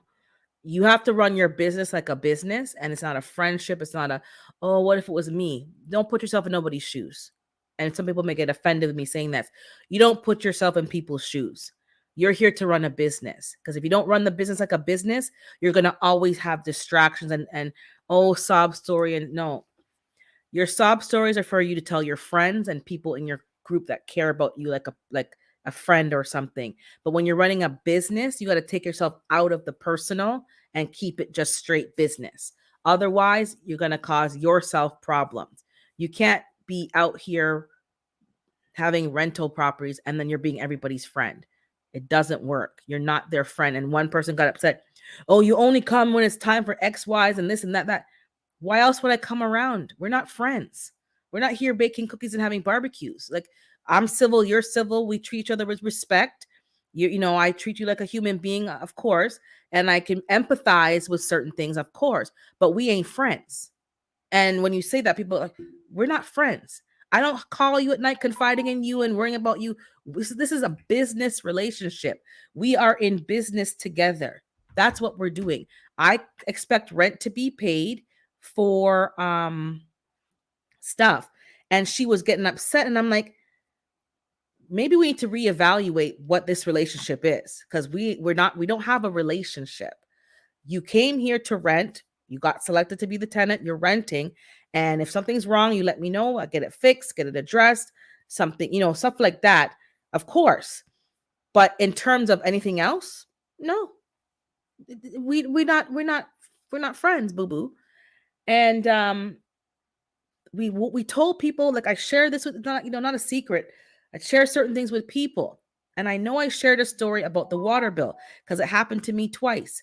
It happened to me when I bought my primary residence, and I had to file a claim with the title insurance, because the only bill that does not follow the person who ran up the bill, and that may be in the States as well, is the water bill.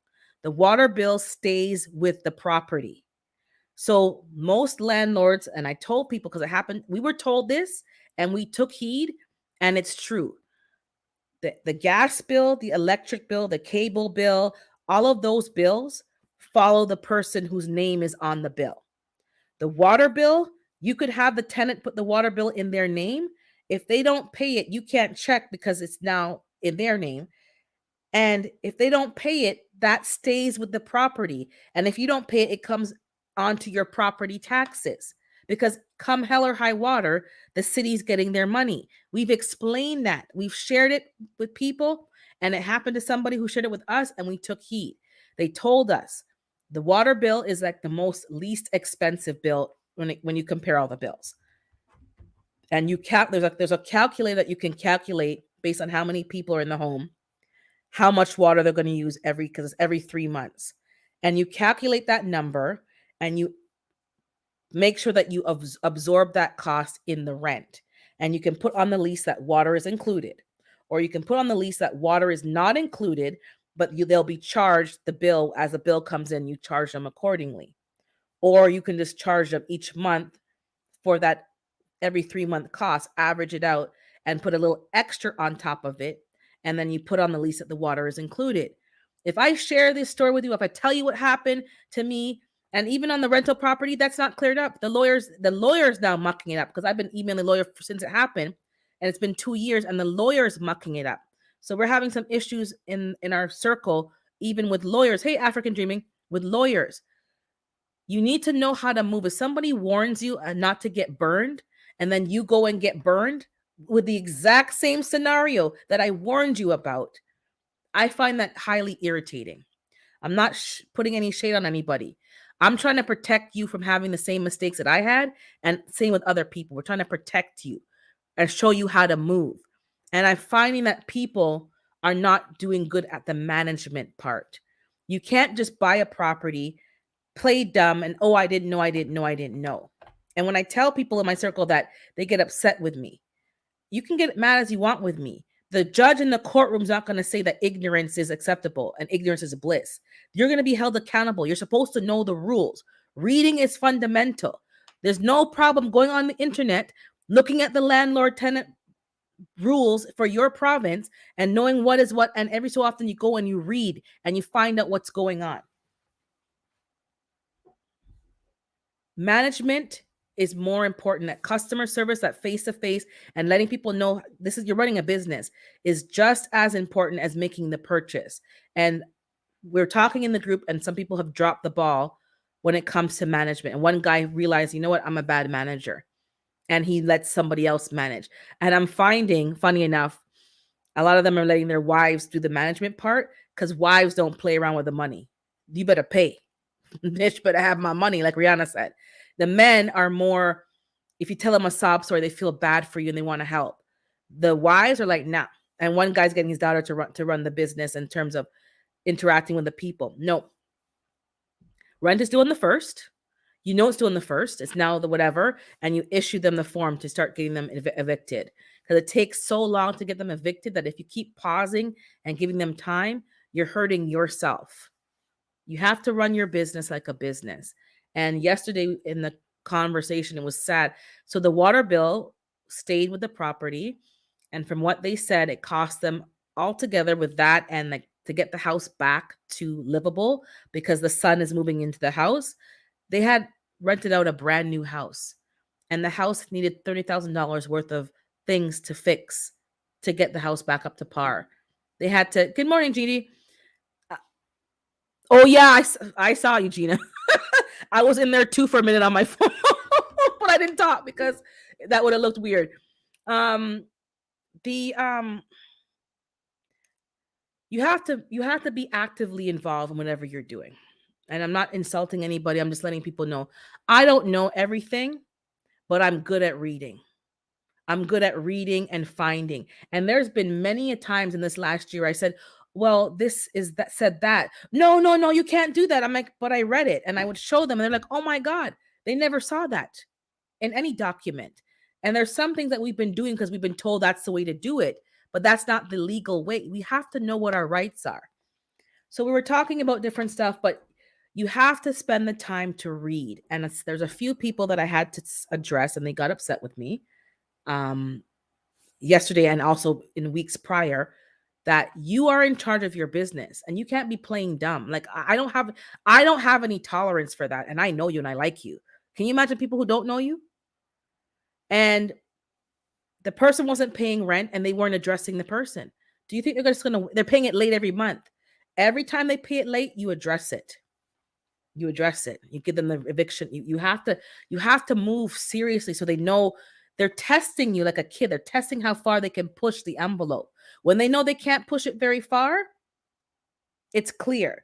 We had to draft last Christmas, around the Christmas holidays. The tenant asked for receipts. There's no problem asking for receipts. And anybody who's a landlord, don't wait for your tenant to ask for receipts. Every year, just give them the receipt. That is just an easier practice. It makes your life easier. Because good morning, 10. Because to go back years to get receipts is difficult because you got to see when they paid it. So because I'm petty Betty, because of how rude they've been to me and disrespectful they've been, well, they've tried to be, because I don't take that crap. I went in to verify when they actually paid. And if it wasn't on the first that I received the rent, it was on the third or the fifth, that's what was on the receipt. So there's a record tracking that they've been paying late consistently since they've been there. Now, not anymore. They pay a day early now. So what I'm doing now, and I told people, just give them, oh, I didn't know I had to give them a receipt. How do you not know what you're required to do as a landlord? That's the point. You are required by law to follow certain rules. It's your job to know what your role and what your requirements are. So she asked for a receipt. She never asked for one before. We got caught, unprepared. We scrambled around, and then she texted and got feisty. I asked 3 times, and this is, I don't care how many times you've asked for the receipt. Taxes are not done and receipts are not due from employers or anything else until February. And that's when income tax season starts. So you've asked for a receipt, yes. You've asked during the Christmas break. Do you think I'm going to stop what I'm doing to give you receipts and go dig a last from the past years? So I had to put her in check. You'll get them at our earliest convenience and before you're required to have them for tax season. Didn't hear nothing back from her because I just, shots fired. So you're required to know what you need to know. And of course, there's people here to help you. There's people to guide you and share your stories. But everybody, if you're doing something, you need to take ownership and you need to read. It's not somebody else's job to read and then tell you what you're supposed to be doing. You're supposed to be reading yourself. And then so she got her daughters now to be more involved. My sister kind of mentored them. I helped them, but they said it's her. It was really both of us to guide them through the process and how to answer and respond. And when you're non-responsive, it's not good. You have to be highly involved. These are my tips for anybody who's doing having tenants. You have to be involved. You have to check in. You have to, when they pay their rent on time, thanks, received it, thank you. Like auto reply text that says thanks, got it. Something that shows a bit of, customer service, and keep the relationship positive. I have a tenant here and usually I haven't given the rude ones a gift. I usually give them a Christmas gift, especially, they pay their rent. They're doing things right. You give them, bottle of wine or whatever, chocolate, something like that of that nature. I usually give my one here a gift. I haven't given them. We bought a gift for them and we never gave it to them. And at this point, they're not getting a gift because they're so rude. But even sometimes they're rude, you give them a gift. Because out of principle, because things could definitely be worse. And there are people from the meeting I heard last night that aren't paying their rent and they can afford it. They're making 2 good incomes. But what happened was 4 people on the street started talking to each other and they made it into a plan. And they were all doing the same thing to their landlords. It was a plan. And then they go to the next place. And then you have to just be a good manager. I don't care how nice and polite people are to your face, and don't let them fool you. Don't let people fool you.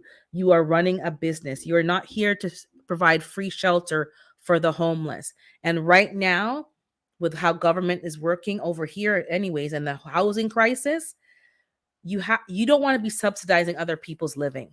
And that's what's happening because you are still required to pay the mortgage and all of these other things. And one person even said that their government is actually talking. It hasn't happened, but they're talking.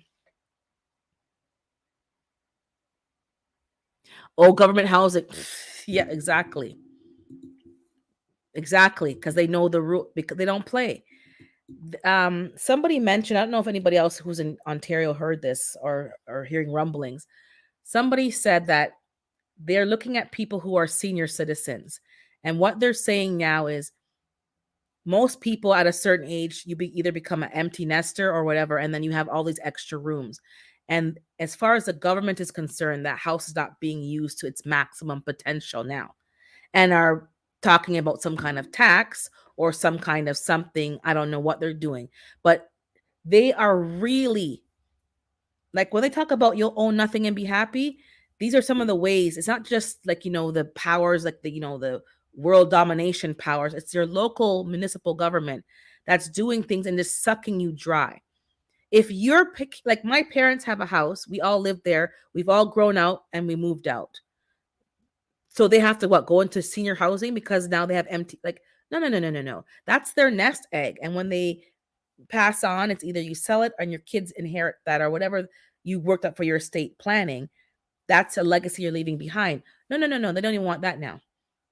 And then I told you guys before, but I'll say it again. People who have extra properties, like, you're investing in real estate.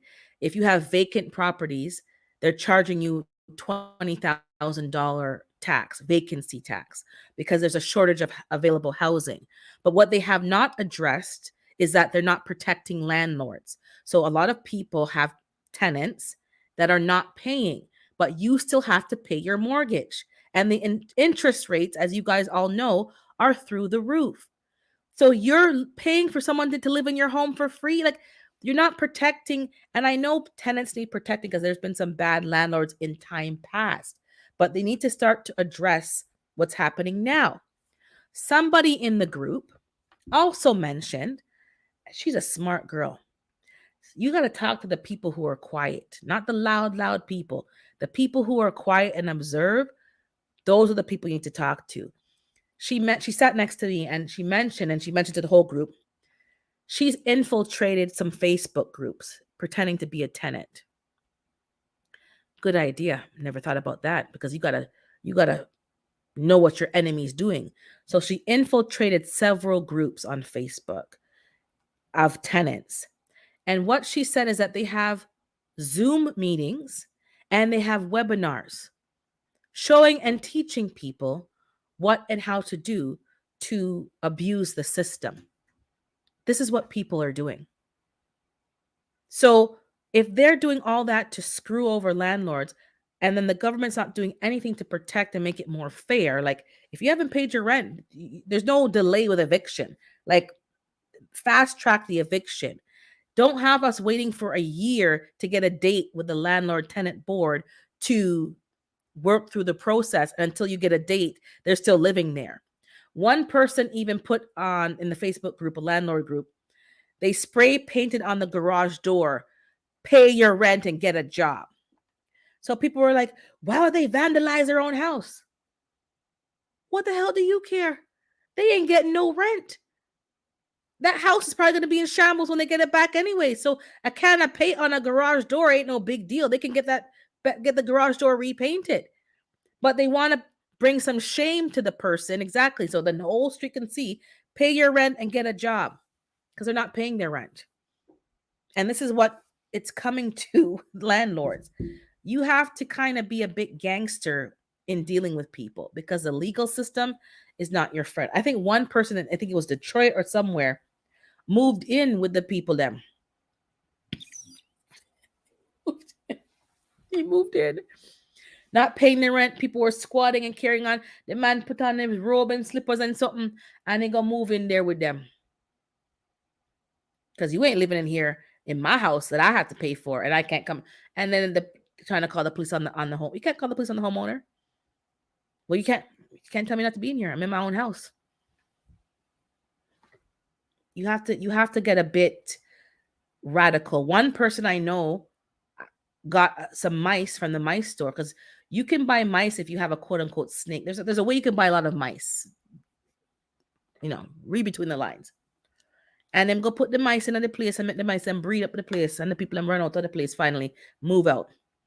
Paid for the exterminator, exterminated the place, got the place back. One person did that same thing with roaches, just dropping off roaches. Make sure the place was infested with roaches and stuff. Make it uncomfortable for people to live. Some people go with a speaker and just, speaker up the place and bang up with loud music morning, noon, and night to get the people out. They don't leave willingly. They don't leave voluntarily. Then they say they're leaving and then they don't leave. And there's always something, and you're paying the mortgage. And the government is not helping. They're now charging you $20,000 for vacancy tax, because some people have rather leave the place empty while they're trying to find the right person than to have the wrong person in there and go through that kind of scenario. Another person shared, Ontario, Toronto, Canada, maybe even the whole world, having a housing crisis. It's bad. Housing is bad. There's a town called Brampton, for those of you who know the Toronto area. I won't say much, but you guys know about Brampton. And there's houses that have several people. I'm talking one bedroom has like 10 people sharing a room, and all you see is mattresses on the floor, and people, hey, Miss Shirley, are literally on top of each other. The city of Brampton has changed their bylaws, and you can't just have, that, I call it a shanty town, or a rooming house or whatever you want to call it. You can't do that anymore, and they need proper permits and floor plans to make adjustments to the floor plan and have apartments, because the fire department had to go in on many times for a fire, and they couldn't find their way because the fire department would pull up a floor plan so that within all the smoke and the fire they can kind of know where they're going and navigate themselves through the house. They couldn't navigate themselves through the house because work was done and it was all different, and they couldn't figure out where they're going to get to the people to rescue them. Good morning, Miss Ellen Pankey. And several people have perished in fires, and also the house is overloaded with people. So they've clamped down, but people don't care. The inspector will come to inspect. Everybody will move out for the night, and the next day they all come back in. They have people. One house had like 31 people. One house they shared, the basement was making at least, I can't remember the number, but at least um I think he said almost $12,000 a month. If It's a lot of money per month for the basement alone, because it's not a one or two people in an apartment. You get a piece of mat or mattress on the floor, and that's where you sleep. And they're charging people to sleep on a mattress and have to share everything, $1,000 per person. Rent is usually like, I think I froze again. My system is looking a little slow. People have been charged like $1,800 for an apartment, or let's maybe now it's 2,000 something, and maybe you have two or three people and you split the load. No, no, no, no, no. They're charging them $800 to $1,000 per person to live in this kind of shack conditions, and they're making loads of money, but then you're not protecting anyway. So a lot of people who weren't going to do that are now considering doing that, chopping up the basement into multiple little sleeping spaces and just renting it like that. Some people who had a homeowners, sold their home, are having a hard time finding a place to rent, because now they understand the rental market and also the biases in the rental market, and they can't find a place to rent. And these are people who are homeowners, they're retiring, they're scaling back, and they want to scale back. This is not a good place to be. The refugees are coming here. Like it's all compounding, and it's just getting worse.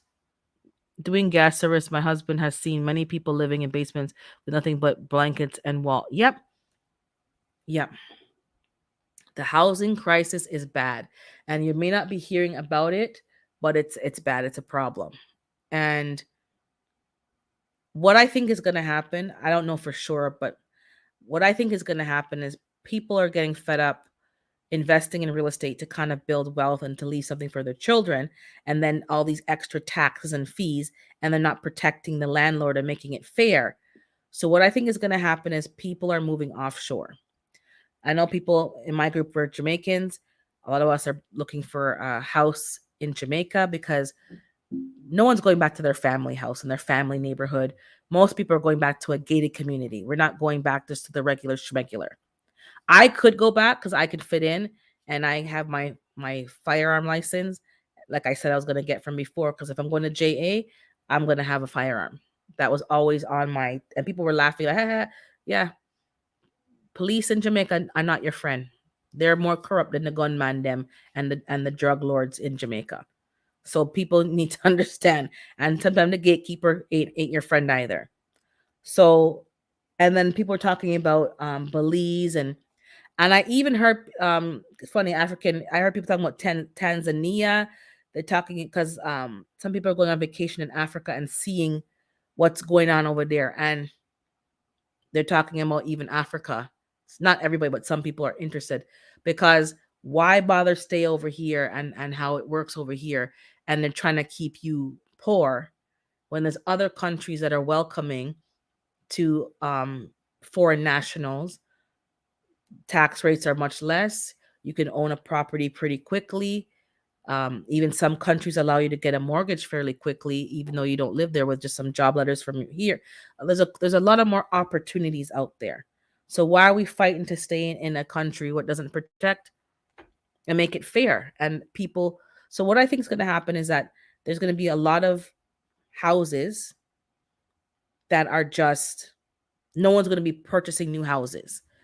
There's not going to be much construction because no one can afford to buy with all the interest rates and the down payments and blah, blah, blah. There's going to be a lot more inventory on the market. That's what they wanted, inventory, and nobody can afford to rent or buy. Let me drop the link one more time, and then we'll go on for a little bit longer. And then I gotta go to the store and get some mangoes and some persimmons. They're on sale. And then no one's can afford rent. No one can afford to buy. And the people who could afford to landlord are going to have properties overseas somewhere else.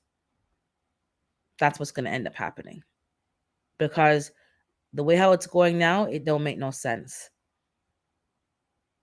from what I'm seeing. And a lot of cities are having the same problems. They're bussing in migrants, they're bussing in refugees, they're bussing in um what's the word, asylum seekers. They're bringing them all in. It's a problem, and it's significantly getting worse. The homelessness is really bad. Anywhere you go, there used to be like certain areas for it. Doesn't matter what area you go in, they're all over. Good morning, Skilly. Good morning, David. They don't care. I've gone into nice areas that used to be like wealthy areas, and the homeless people be going up there too now because they're going up there to beg. You can't go anywhere and not get accosted by somebody wanting, you know, money or something. It's that bad. Tents are being popped up everywhere. I told you guys that summertime was rough, and they removed them and they had to come back. People were taking a crap in one of the properties in the backyard, and someone's like, "Oh, it's dog." That's not dog doo doo. That's human doo doo. That's what they're doing. It's a struggle. People can't afford to live. The wages have not. I watched a video on the gram. I don't know if you guys have seen it. I gotta find it and share it. The how the inflation has been working over the last, let's say, 30 to 40 years. He did a study, a comparison from like the 60s to like now, and how much things have inflated, like 100%, 80%. And he had all the numbers, the percentage broken down. But the wages have not increased more than like a quarter of that amount. So you can't keep up. You can't keep up. And the pressure for people to have their own is a lot, but I don't think it's going to be feasible. I think we're going to have to go back to passing down properties to the children, grandchildren, or and in a way that they're not going to get capital gains. So, take that with some knowledge, not just literally, because that's also how they tax you as well. I'm telling you, they want you to have nothing. They want you to have nothing. It's not easy to live.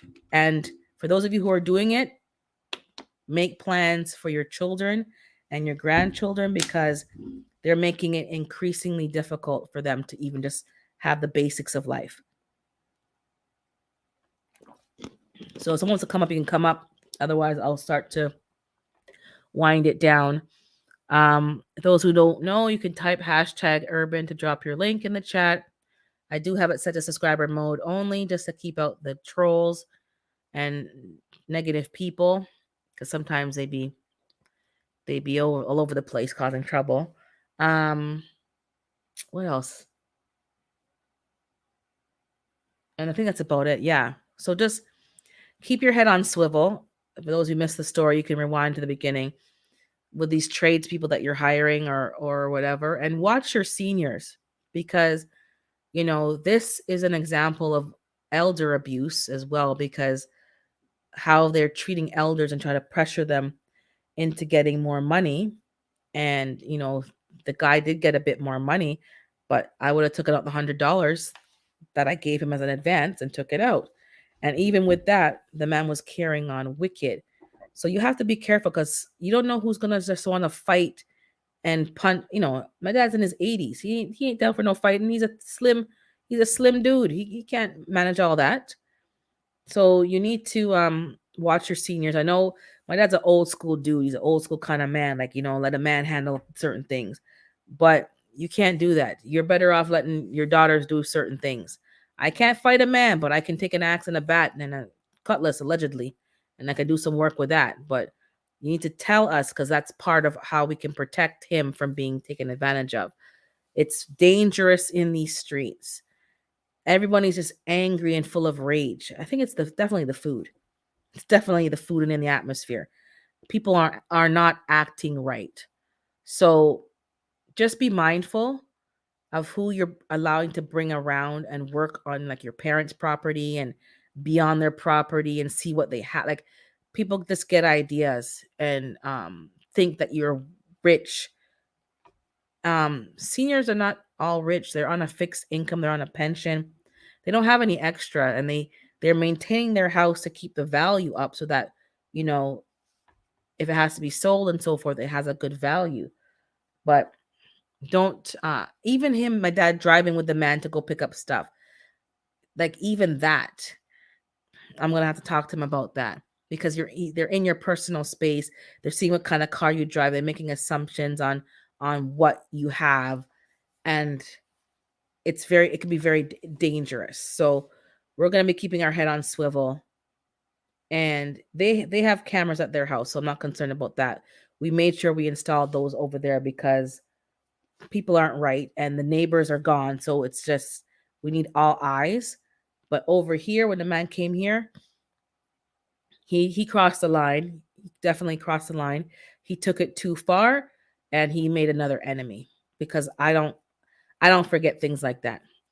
I don't forget things like that. And it will be addressed, just not right away, because you got to watch your P's and your Q's. And he's maybe a bit unstable, but it will be addressed. I don't think you're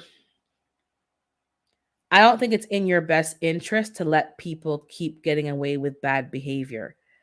Even when we're talking yesterday about the tenants and who's going to sue and who's not going to sue, and most people can't be bothered. I go, you need to sue. You're not going to win always, but you need to let those things follow them.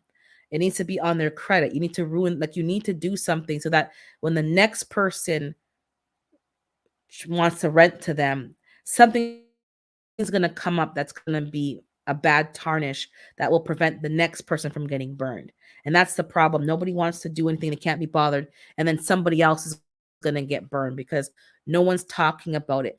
And I said to my dad this, I said, it's like people don't want to out people or say certain things. And I said to him, you need to air out people's dirty laundry. That man, when he treated you that kind of way, it shouldn't have been a covered up, shouldn't have been a secret. It shouldn't have been, yeah, for entertainment purposes only, allegedly. Um, it shouldn't have been a secret.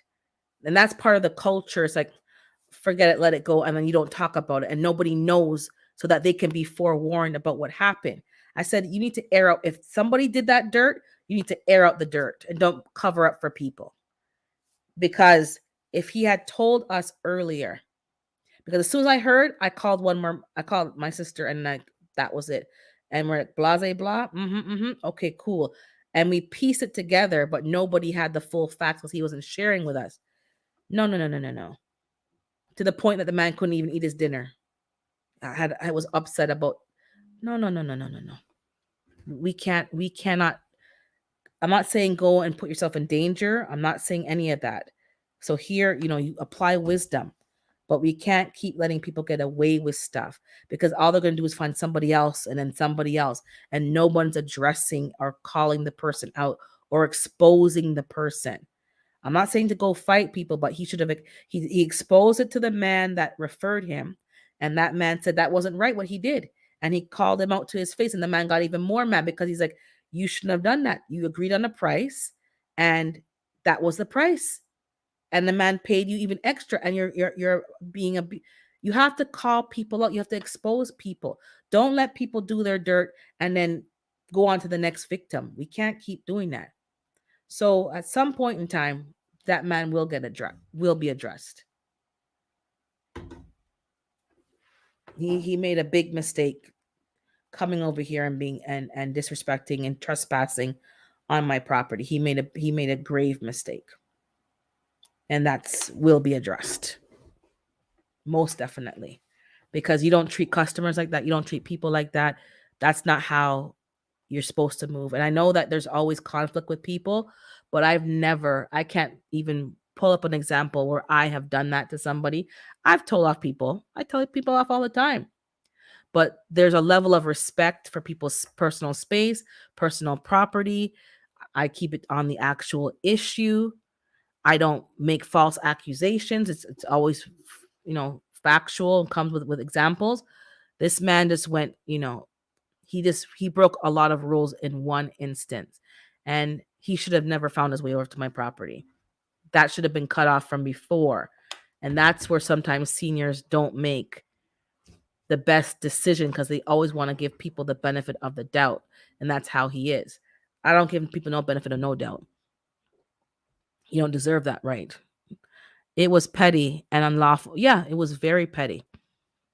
So I have to go get someone today to help me move those stuff over. I put the smaller stuff in the garbage bin, so that will be dumped on this week, because we don't have weekly garbage pickup. So that's why I didn't want everything just out in the bin and I might get in trouble. Hey, broke farmer. But just be mindful of who you're getting to do work on your property. Listen to the woman in your life. It doesn't have to be your wife, daughter, sister, whomever, because I had a vibe and the other person had a vibe, and none of us were wrong. And now my dad realized, I said, if you had to tell us from before, it wouldn't have played out the way it played out. That would have been nipped in the bud much earlier on. Trust and believe. We have a sixth sense, we have a discernment, and we just telling you, the man wasn't right. And I told the person, I go, you weren't wrong. You weren't wrong. And I told them what happened. And they go, you see, that's why they didn't like the way that they were moving with my dad. And they didn't like certain things. Very dismissive, very obnoxious kind of, and it was subtle, but you gotta believe what you see when you see it. Don't try to water it down and oh, maybe this, maybe they had a bad day. No, no maybes. You saw what you saw, believe it. They showed you who they were, believe it. So we'll see what happens with that.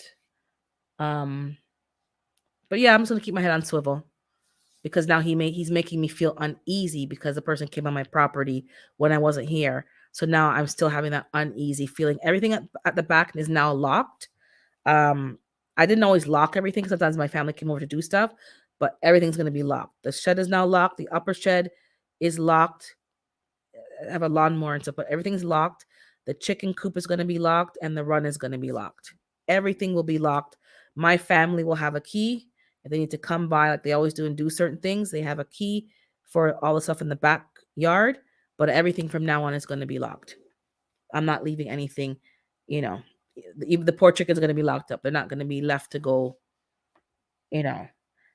people are wicked. And the person's Jamaican, and it's notorious in Jamaica. People like to put down poison or put poison food around to kill your animals. This is not new. Those of you who, they will kill your dogs. They will put poison meat or whatever and let them eat it. And then the next thing you see your dogs are gone. Your cow could be stuff. That's what they do. They do sneaky stuff like that. So I have to make sure that can't happen, because I don't have time for that kind of behavior. But that's who we're dealing with. They're in the wrong, but they're going to make your life very difficult and very uncomfortable. So, and call the police. I could call the police. I could. But I'm going to wait and see what else plays out, and then take it from there. But that's pretty much it for me. It's been 2 hours. Thank you all for popping through. Yeah, people are not right. People, the mistake my dad made is because he's old school. It's not a mistake, but he's old school. Nothing's wrong with that. And word is bond. Your word is your bond. That's not the case in 2023. You have to have things in writing. You have to have the expectations, the contract, what work they're going to do. They have to be insured. The man, you want people who have insurance so that if they get injured, They're not suing. Like, there's all these levels to things. Otherwise, you're gonna end up in a lot of problems. You hear those poison? Yeah, they'll poison you. They'll poison your animals. Um, this is how people are. Yeah, we've lost many a dogs in Jamaica, and we had a few favorites. And yeah, God, we had one named Samson. Samson was there for years, but he the animal. I'm very strict with my animals too. I don't like them to eat from other people, and I don't like other people feeding my animals. I'm very particular, and you have to be, because you don't want them eating from anybody and anybody, because that's exactly how I know people roll. They'll put stuff in the food and hurt your animals to get back at you. And it's kind of hard to prove and hard to pinpoint. And then you just have this war with your neighbors. And sometimes they blame your dog for stuff back home. And it wasn't your dog, it was a dog, but it wasn't your dog. So they don't care who they get everybody, and everybody has to pay. And it's like, get the right person. But anyways, so have a good day, everybody. Be blessed. Hit the thumbs up button. Make sure you're subscribed, like and share. I'll see you next Saturday, God willing. I know one Saturday I'm gonna have to probably do it at later in the day, because there's some things coming up. I'm still working on my videos. Yeah, I'm not the best at editing, so I'm still working on the videos, getting them edited to get them out. On Make a few announcements. The chat is on tonight on Nikki's channel, The Everyday Life of an OCDS Chick. It's on her channel tonight at 7 p.m. The Planter Garden TV is gonna have the Herb Garden Challenge for 2024. That starts on May. It's not May. Starts on March the 1st and ends on the last day of June. March, April. Yeah, 4 months. It's 10 herbs. He put some information on his community tab with the dates and the hashtag for the coming year's Herb Garden Challenge. Fifi also shared it on her community tab. The only thing that's not indicated is all the rules. You have to kind of watch the lives, but hopefully he will put it on the tab. You're going to have to do a video on the 5th of the month and the 25th, the same as last time, with updates on how the herbs are going. So, a progression report. The video has to be just about the herb garden challenge. So, don't be slipping in other stuff in the video, just to keep it on that. It doesn't have to be long to show how the herbs are looking, any things you're having problems with, and just do a video and put the hashtag in your description so people can find it. Um, you have to do a video before March the 1st or on March the 1st to indicate that you are in the challenge. You cannot drop your seeds until March the 1st. So we're all starting at the same time.